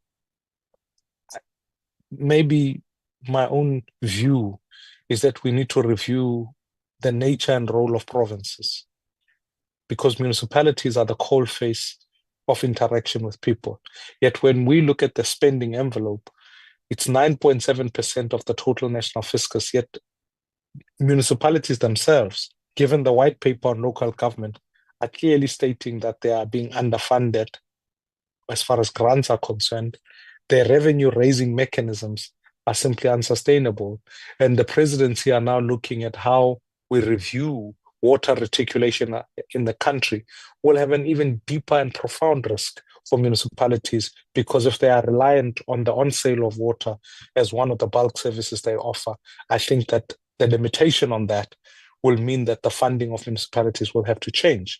Now, we're sitting at, in the medium term, is at 9.7, 9.4, just above 9%, under 10%. The same committee were busy grappling with the question of what would happen were we to increase that. Now, I'd like for the PBO to give us at least some particular guidance on how we look at it from a division of revenue point of view, as far as municipalities are concerned. Director, I think let me park my questions there, because some I will write to you formally, because I think we need to commission a different mechanism of research input, so that actually what you prescribe isn't more head knowledge, but practically how we can do for amendments going into that inner and outer year. Because when we were having a discussion even about spending reviews, now this is in my conversation with the Director General at Treasury, the point was made that let the PBO give this committee guidance about where the respective spending reviews must occur, because you can't do them across all of government and hope to achieve. Do them in particular areas so that we task Treasury to do some of them, we do comparatives so that we achieve the outcomes we want to achieve. Otherwise, we can, in the name of compliance, do things, but fail to actually materially change the budgeting process, the appropriation, and more grandeur, the people's lives of South Africa. Because at this point in time, I think we have a government that is used to having a credit card. It spends without thinking about whether programmatically is it achieving what it wants to achieve. And in certain outcomes, when it comes to NDP outputs and considerations, those are becoming low. I mean, even now we can have a discussion about the fuel levy, which I'm fascinated by the PBO's assessment on that and its input costs as far as goods and services are concerned. The government's response to that issue is that, fine, we've appropriated money so that we can build trains so that people can have cheaper public transport, etc. Now, that is a debate going backwards and forwards. The reality of it is we've got to be, as a committee, be able to monitor that. And Mashile, what I'd like to do is maybe equally so formally write to the Public Service Commission, given that cost of employees in many departments is the highest. I'd like to get advice from the Public Service Commission as to how they view the long-term sustainability of public service, public servants, and how the remuneration issue is going, because we can't keep appropriating higher increases of wage against a sizing of the state, not in headcounts, but just in bracket creep of where employees are being remunerated, not being thoroughly assessed. It is going to lead us into a crisis, given my earlier analysis of what happens to every R1 that the South African government is responsible for. Let me park it there. Director, you can proceed. No, thank you so much, Honorable Chairperson and honorable members for the question. Really appreciate that. And I think I want to reiterate my point at the beginning that this is a very important committee, especially when it comes to changes that need to happen in society and the economy. For me, it's a very, very crucial committee. And I think I want to start from the back with some of the policy points, and then I'll touch some of the areas, and then some of the things are linked up, Chairperson. I think maybe I could start with the issue that related to priorities for the term and how we can go around monitoring it. What we have done, we have developed sort of a framework we will share with the committee. The framework is developed around the debate on the budget votes, where we're showing the priorities that are set out in the medium-term strategic development plan. And we link that, then we decompose them further to say, these are the functional areas that would help government of South Africa to realize these priorities. And we try to drill it down to specific departments that, in our view, these departments need to be held accountable for realizing these medium-term development strategic plans. And we can share with, and that for us, it can be one way of starting monitoring this over long term to say, economic development, these are your priorities in line with the medium strategic framework, and we want you to give us feedback in this format. Don't tell us you've spent your money, don't tell us you've done your performance target and so on, but give us response in line of this. And that for us was very useful initial stage framework. So we'll share with the committee, can use it, quite a lot. as part of monitoring and oversight of these matters, particularly around the developmental indicators that are set out in the medium-term development plan. That's one. I think the second one, so colleagues, let's know that we will share that framework presentation with the committee as well. The second one, which is obviously a bit of more broad policy issue, of course, it's around the issue of governance system. We have spoken about this and a bit of work also. There is a strong evidence or strong data that backs the need to review the way the spheres functions, definitely. When you look at the national, provincial, and local, there's definitely a strong case to review that, particularly looking at the provinces versus local government. And it's more so to ensure, because one of the presentation we've presented before, and even today, you'll realize we do raise concerns about layers and layers and layers of monitoring. That leads to inefficiencies in a way.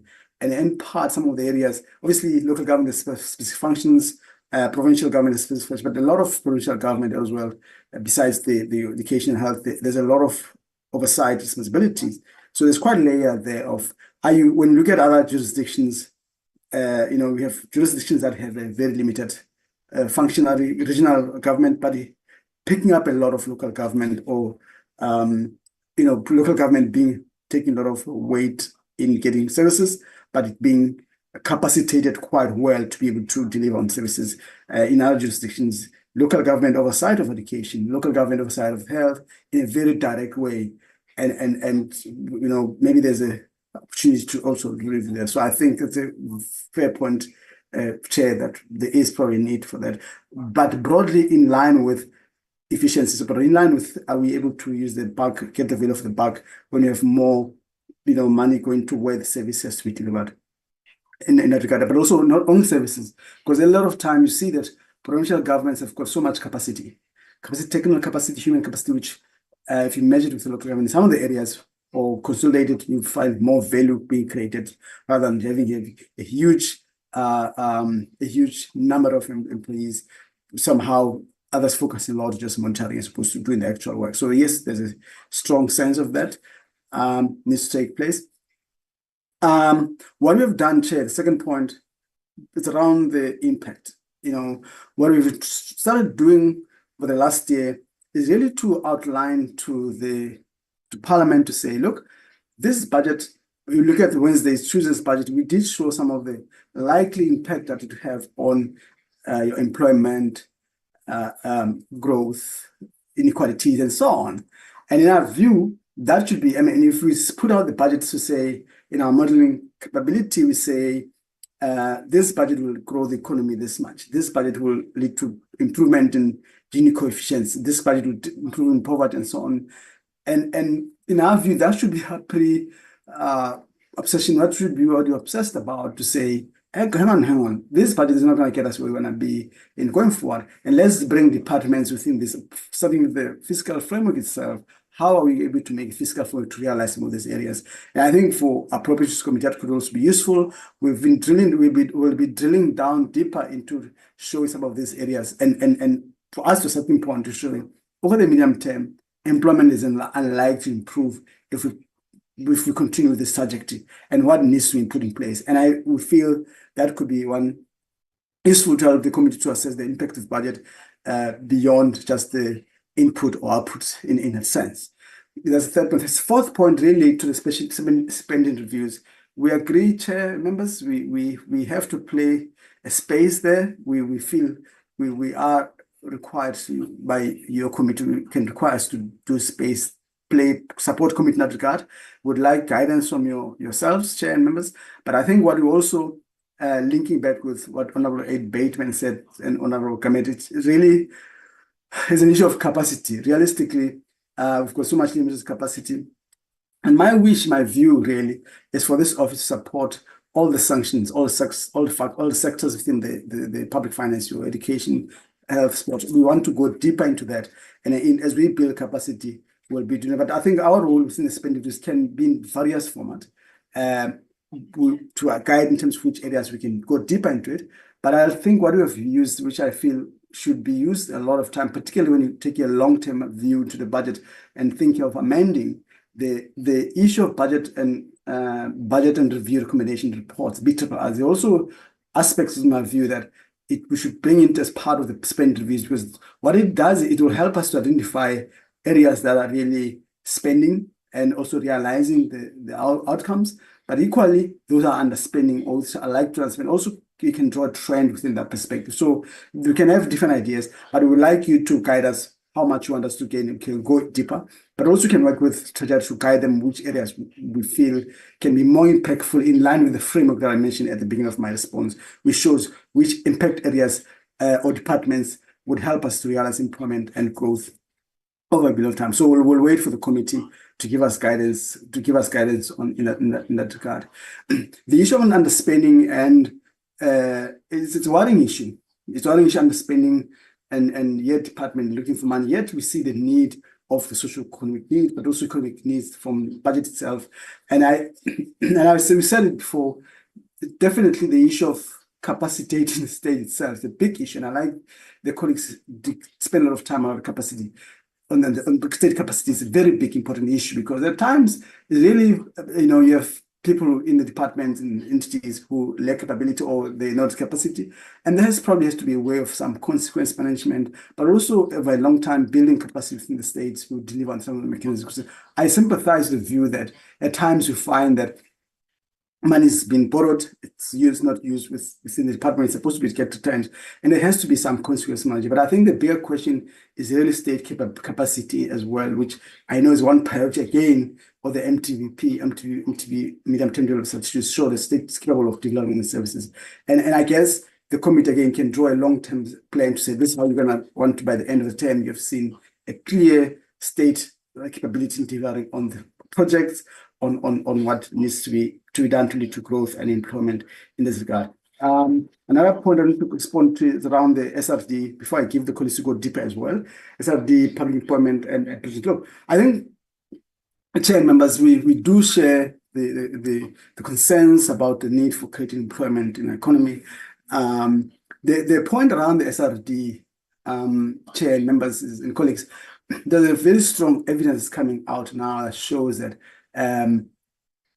that form of government support has been very, very impactful in elevating poverty in some of the sectors of society, particularly looking at our households and how much need and so on. And there's very strong evidence that shows that that's one of the good policy intervention by government. And thanks to the seventh administration government national unity for continuing such form of grant, because it does actually show evidence that that is actually effective looking.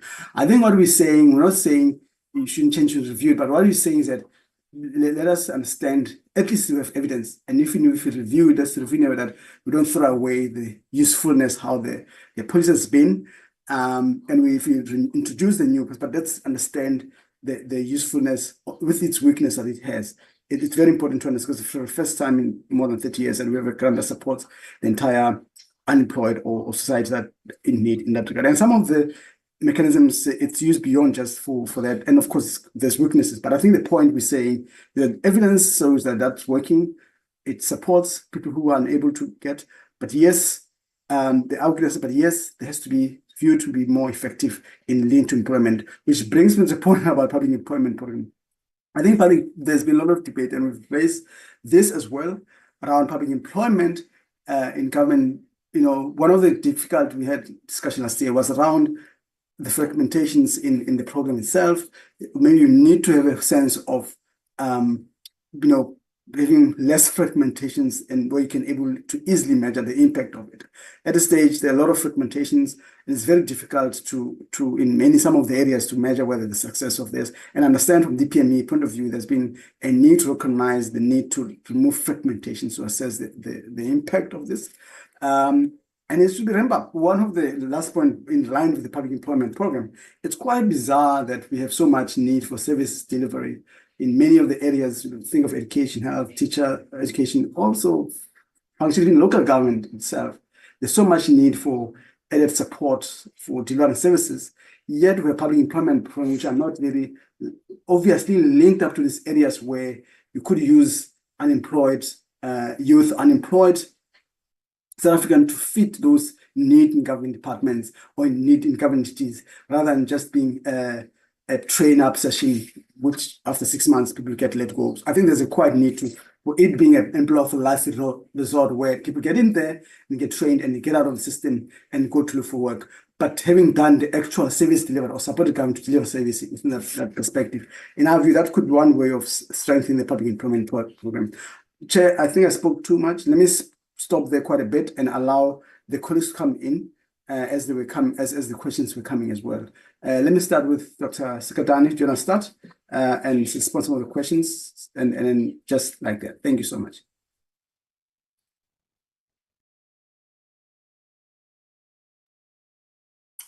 Thank you, Honorable Judges. I don't think there was a question that I need to respond to.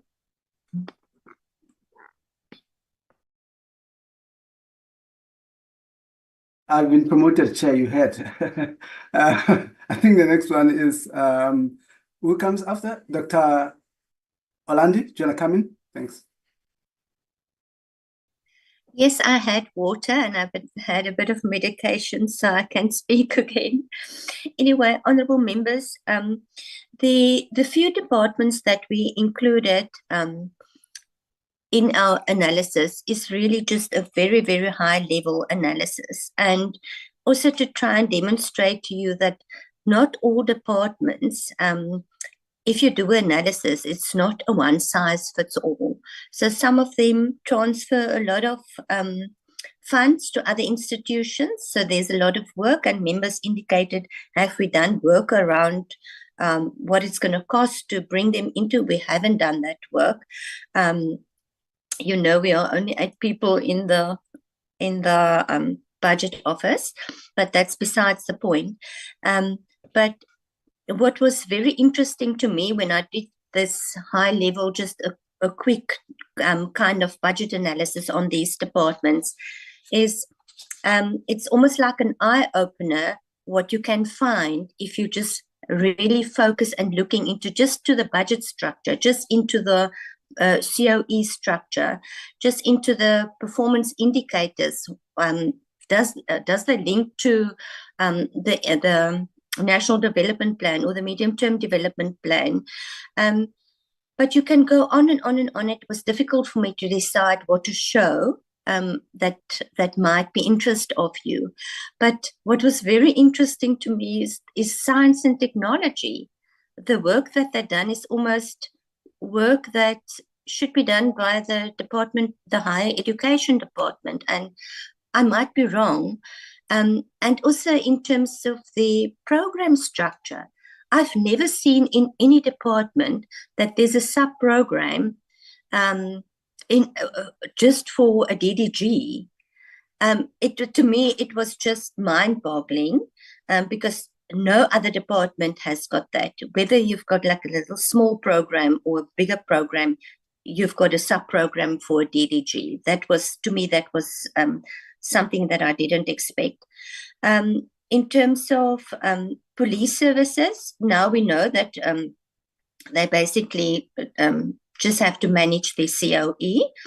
But to me, it was important then to go back to the APP. And it was also very interesting that they've actually got a very good APP. They actually know exactly what to do in terms of their situation analysis, but it doesn't mean that the situation analysis translates into performance indicators that can be monitored. So when you do a budget analysis, and also that also includes the budget review and recommendations reports, it's not a one size fits all. You can't just have one framework that you apply to all departments, because departments are not the same. And the other thing that we also emphasize continuously is the public employment programs and the transfers to the IDC. A lot of transfers are going to the IDC. Even the EPWP transfer money to the IDC for public employment programs. We emphasize it continuously because we want government or whoever the relevant department is that needs to investigate or can be able to make a difference in terms of the structural changes that we need. We need them to basically start doing it, whether it's the Department of Administration or whether it's the presidency. Somebody needs to do those analysis and those assessments. There were a few commissions already by the presidency that investigated all these public entities and the COE structures and the compensation structures, the salary structures.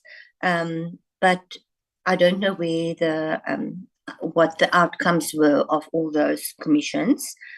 The other thing is the Treasury indicated that they will still discuss the report from the DPME, the evaluation on the public employment programs, that actually indicated that those programs are not efficient and effective.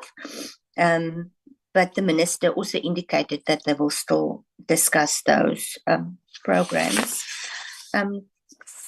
Members, I would really like to do some more of these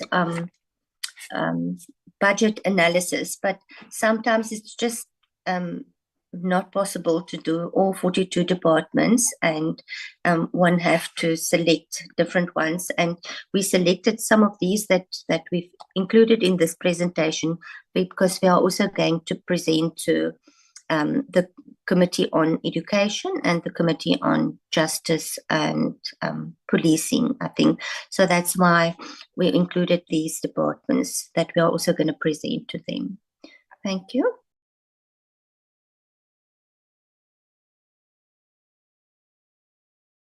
I think who comes? Kagiso, come in. Thanks. Thank you, Dr. Jantjies. I think it was Honorable Siade that asked the question on the learner to educator ratio. My apologies if that's not the case. The national average learner to educator ratio looks at the total number of learners and the total number of educators from all public schools across the country. So both rural and urban data are summed up and contribute to the overall average. We agree entirely that the aggregate figure does mask the significant disparities that exist within the system. So it doesn't mean that every school and every classroom operates at that ratio. And we showed this on slide 22 with the examples of the varying class sizes. And considering the underfunding of our National Statistical Agency, we think it is a good recommendation that the Department of Basic Education considers publishing statistics that explicitly distinguish between rural and urban area learner to educator ratios to provide more of an accurate picture of the challenges that are experienced on the ground. The other question that I'll answer comes from Honorable Kinsley. Our view is that social grants are not a substitute for jobs, but a critical and an immediate lifeline given the high poverty, high hunger, and extreme unemployment that we currently face. So we must address the immediate the crisis that we're experiencing through grants while we are looking at solutions of how to create long-term sustainable jobs. And that's the long-term solution. Furthermore, I want to touch on this point that we shouldn't view social grants as merely like a welfare expense. There are studies that show that there are positive multiplier effects on the economy from citizens receiving social grants. So at a very high level, for every rand that is spent or circulated within the economy, it stimulates demand and it supports areas like informal businesses, which ultimately contributes to the broader economic activity. The last question I'll touch on or point is from Honorable Bateman. We welcome the point that you've raised, and it's important that we continue to have robust discussions and hopefully hopefully action on the point that you did raise. My view is that our analysis isn't ideological. It's evidence-based, considering the policies that have been adopted for more than a decade and the consistent year after year outcomes that we have faced as a country. The statistics that we provided today, such as the high unemployment rate on slide 15, the stop poverty, hunger statistics on slide 11, and the infrastructure backlogs just shows the outcomes from the policies that have been implemented and the economic stagnation that we are currently experiencing. Thank you.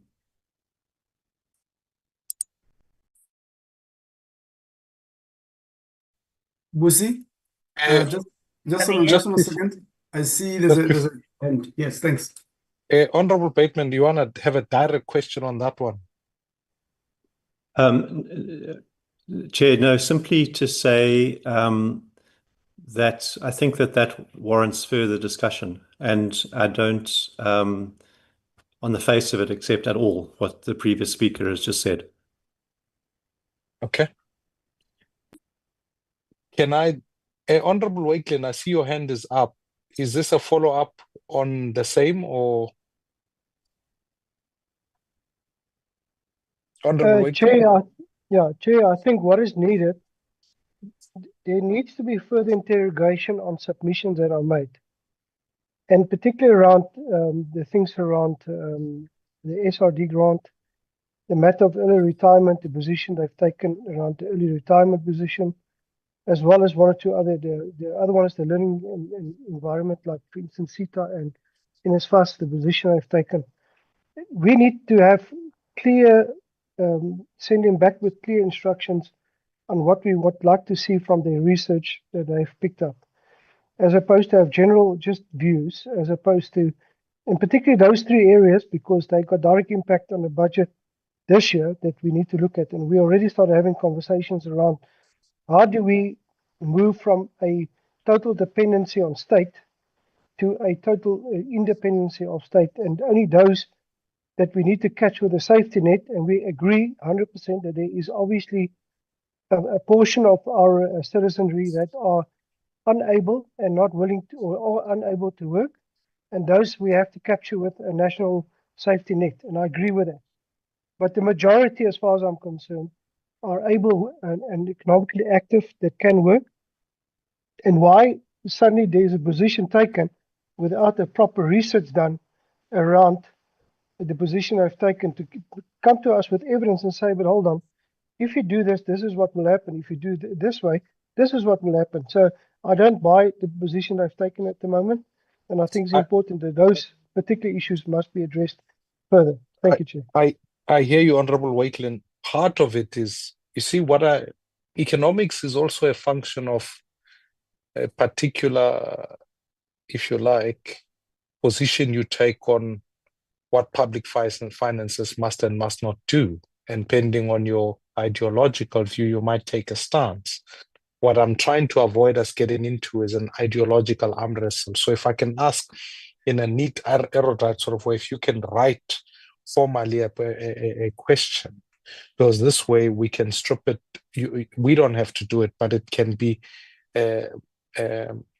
taken away from an ideological posture, but really just on the facts and the basis, because even this budget that's been presented is an ideological tool to which the Government of National Unity is presenting a particular view. So if I can request that we take it on that score. Honorable Bateman?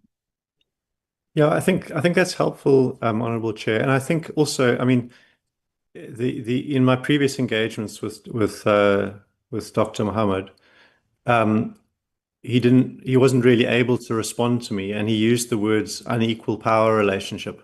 And I think the point being that the PBO is there to serve us as Parliament with independent, evidence-based guidance and not ideology. And I think you know, if we're being lectured on ideological positions, then that's the PBO straying outside of its mandate, from my perspective. So I think, I mean, it's a difficult one, because we shouldn't, in a sense, be having a debate What we should be allowing the PBA to do is to show the evidence. If there is evidence that they feel represents economic consensus about something, then present that evidence, but don't preach political theory at us. And that's what I think we get an overdose of. It hasn't been my experience. The only point I'm trying to allude to is the fact that the budget that's been tabled by the current government is already an ideological statement in one way or another. That is the whole purpose of a particular fiscal framework and a particular and its manifestation on the very respective bills that are before us. So I feel that in its analysis, it comes from a particular school of thought. Dr. Jantjies makes the point, will what is tabled serve us in the long term? Is in some ways is asking the question, is the macroeconomic frame or the position that the government of national unity has put on the table going to serve South Africa in the long term? That question is for us to then deal with the analysis of consequence. If unemployment is X, if GDP growth is Y, if all of those variables which the PBO have presented is what sits before us, it is for us to make that decision in that sense. But that's why I'm asking that so that we don't have an arm wrestle, let's rather put the questions in writing so that we can respond, the PBO can respond in that regard. Let me, Dr. Jantjies, allow the speaker was on the floor and then we can begin to wrap the conversation. Thank you so much, Chair. Before I give, I won't get debate and we really recognize and observe the discussions by the members. But I want to emphasize that we do provide data. We do provide evidence. It is for the committee to decide, how to use the evidence. We're quite careful because one of the things I often say to the team, chairs and members, is that I want us to provide that evidence. And when we provide an evidence that says to you, or I can share in a slide number on Tuesday, when it says to you, with the current budget, our modeling shows that unemployment will remain at that level. Inequality will remain at that level. It's for you to use that data to ask the question, is this the budget that you thought it would be?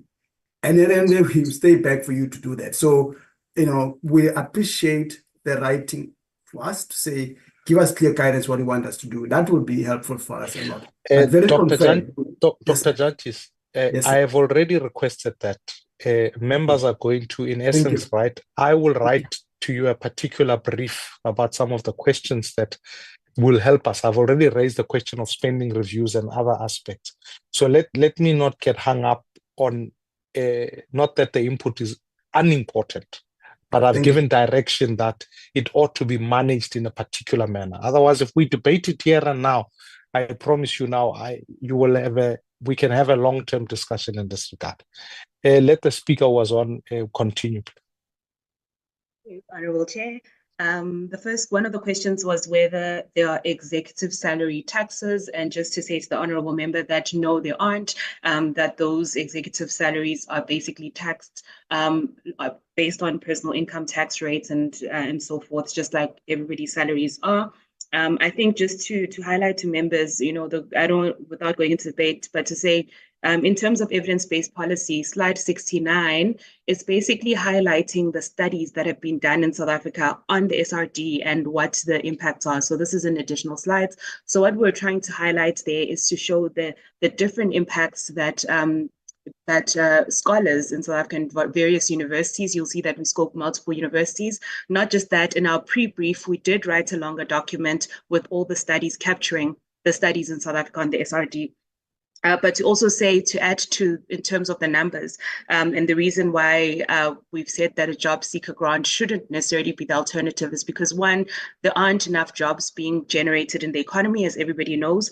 But two, to also say that SRDs are a gendered question. If you look at the time use survey of 2010, what the respondents were saying, especially women, Black and colored women, were saying that they didn't have the time to go look for jobs because they do not have childcare.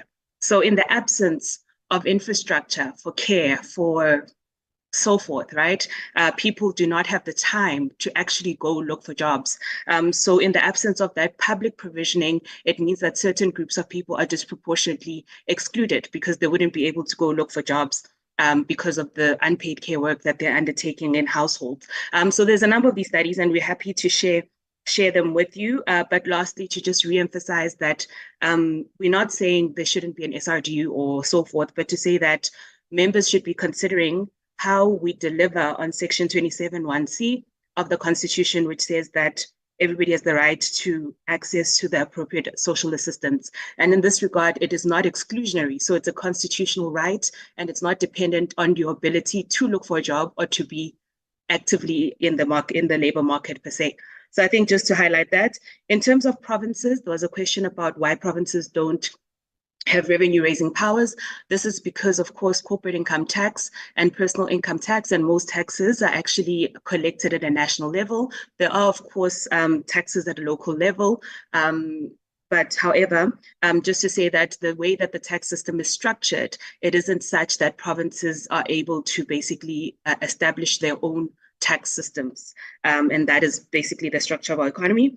And the Honorable Chair asked the question about the comparisons in South Africa in terms of how the public sector as a share of employment, to say that according to the ILO, the International Labour Organization, the world average in terms of public sector employment is 10.9%. South Africa's one ranges between 7 and 8%. We are actually, we're considered an upper middle income country, but we actually fall below the average of upper middle income countries in terms of public sector share of employment. In upper middle countries, the average is 11.9%. And like I've already said, we are between 7 and 8%. So we actually fall in the category of lower income countries in terms of that. So important to put that into perspective. So we're not necessarily an outlier in that, but also lastly, on terms of, there was another question about non-filling of posts and generally questions of underspending. What members will find interesting is that when we did do the study on underspending and looked at the annual reports of departments, what we found systematically was that vacant posts was a significant driver of underspending in itself. So how these issues are actually interconnected. Non-filling of posts drives part of the underfunding by departments. And again, like my directors already said, we need to think about, we said this before, but what is consequence management? What does that look like? How do we ensure that these posts are filled in the long run? And then I wanted to also talk about, and there was a question about whether there'll be job losses if, in terms of SOEs and entities and so forth. I think it's important for members to understand that that efficiency doesn't always, and that's what the point I was trying to make with SARS, to say that SARS became more efficient, but they also still hired more people in the long run, right? Because efficiency depends upon what we consider to be efficiency. The efficiency of SARS is collecting more revenue. So they've had to upscale the number of people that they hire to be able to collect even more revenue. So it doesn't mean that the number of people at SARS reduced. It means the structure itself changed to be able for SARS to be able to meet its mandate better. So I think when we think about efficiencies and so forth, it's not necessarily doesn't always inherently mean we're going to have less people working in that entity or so forth. It just means we do things differently to meet the mandates that we need to meet.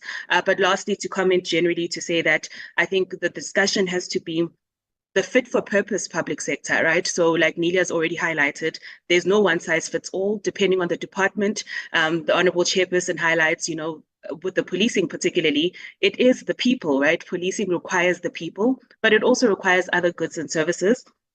So to understand that in South Africa, how do we think about a fit for purpose public sector? And also to come back to what the honourable member was asking about comparisons with other countries, I think there's a risk in comparing South Africa to other countries because our constitution itself is different from other countries. So you'll find that a lot of countries do not have a public healthcare system like we have because we have the constitutional right to health. So when we compare cross-country, it becomes tricky because it has to be comparative in that regard. What does our constitution say? What public services do we provide? What is the structure of our government, national, local, provincial, whereas another country's structure is very different and how, for example, healthcare is provided might be at a national sphere, maybe they don't have provinces and so forth. So I think that will be a worthwhile exercise and we'll look into comparing more but to say in terms of, you know, I think all these discussions should be guided in terms of fit for purpose public sector and the question is, what does efficiency look like for the different entities? So I think I've covered all the questions that were directed at me. Thank you. Thank you so much, colleagues. Chairperson, I think we've covered a lot of all the questions, but would really appreciate guidance from you and the committee going forward. Thank you so much, Chair.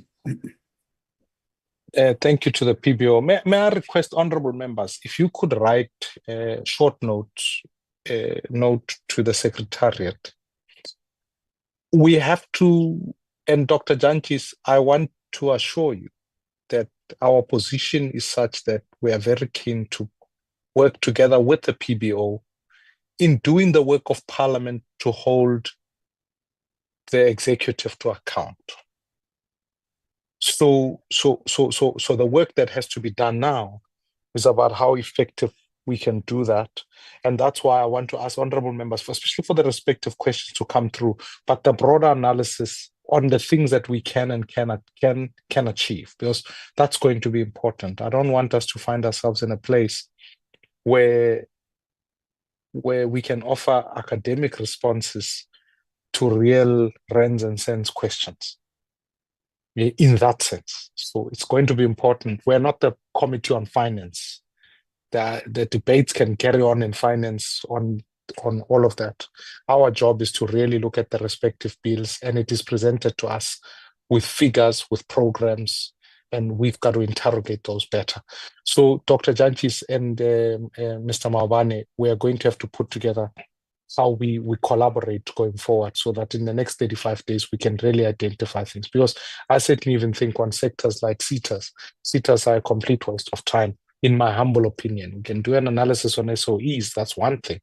But CETAs are the work that government does on the side, and it delivers often in certain agencies and CETAs no real tangible value to the South African taxpayer. That's why you kind of get all of these programs that have funds to them that mean nothing for the people. So let's answer the question for the citizens rather than for ourselves. Honorable Bateman. Thank you, Honourable Chair. I would like to just refer the PBO to an article entitled "Grants Don't Create Jobs" by Sean Jacobs on 29 June 2023, where Professor Borat of the University of Cape Town said there have been absolutely no impact on employment outcomes relative to someone that did not receive a grant, and that in the longer term probability of employment is zero from a social grant. And it refers to some sort of short, it said it positively impact the probability of employment, raising the chances by 3% relative to someone who did not receive the grant. The positive impact faded over a year and in the long run had zero effect on employment. So what I'm saying is I think there's been clearly some debate around this issue, and I would like the PBO to present a fuller response that includes an analysis of this research and also to explain why they didn't quote this research, but simply presented a few items of research that support their policy objectives. Thanks. I hear you, Honorable Bateman. Again, if you could write to me with the reference of that particular article, so that what I'd like for us to do as a committee is really do the hard yards of, because in some ways, whilst the PBO does the thermometer work of testing out what government is doing, we must hold the government to account in the same manner, because in some ways, grants and a 61% social wage spend is an attitude of the government of national unity. So we've got to hold it accountable in our analysis. So if you could write that would be helpful, so that we have a way of being able, when we put together our report, recommendations, amendments, that we come from a unified position as a committee that has taken the PBO's positions, the FFC's, Treasury, the public, the stakeholders, so that we can come to a position as a committee that comes from us. So if I can request we do that. Honorable members, the other items that are left on the agenda speak to really the minutes, both of our breakaway session and of one of our meetings. I'm going to request, honorable members, that we put those for when we have a physical meeting together, which will be on Tuesday, the 3rd of June. If that is permissible to members, I'd like to ask that we move those sectors to that point so that that meeting will take place on Tuesday at the FFC building at the foreshore in their boardroom. So if I can ask that we put those minutes there, because we'll be physically in person and in the room, and then we can take it from there. So that will be on Tuesday, and then next week, Wednesday, we will then be meeting with us, having a briefing with the South African Local Government Association. That will take place in 90 Plain Street in our committee room. Let me thank the PBO and the work that they've done. Is that all agreeable to members? Just a thumbs up will be helpful. Agree, Chair. No, Ndiabulela. In the light of Agree, that, Chair. let me just thank everybody and then thank the colleagues from the PBO.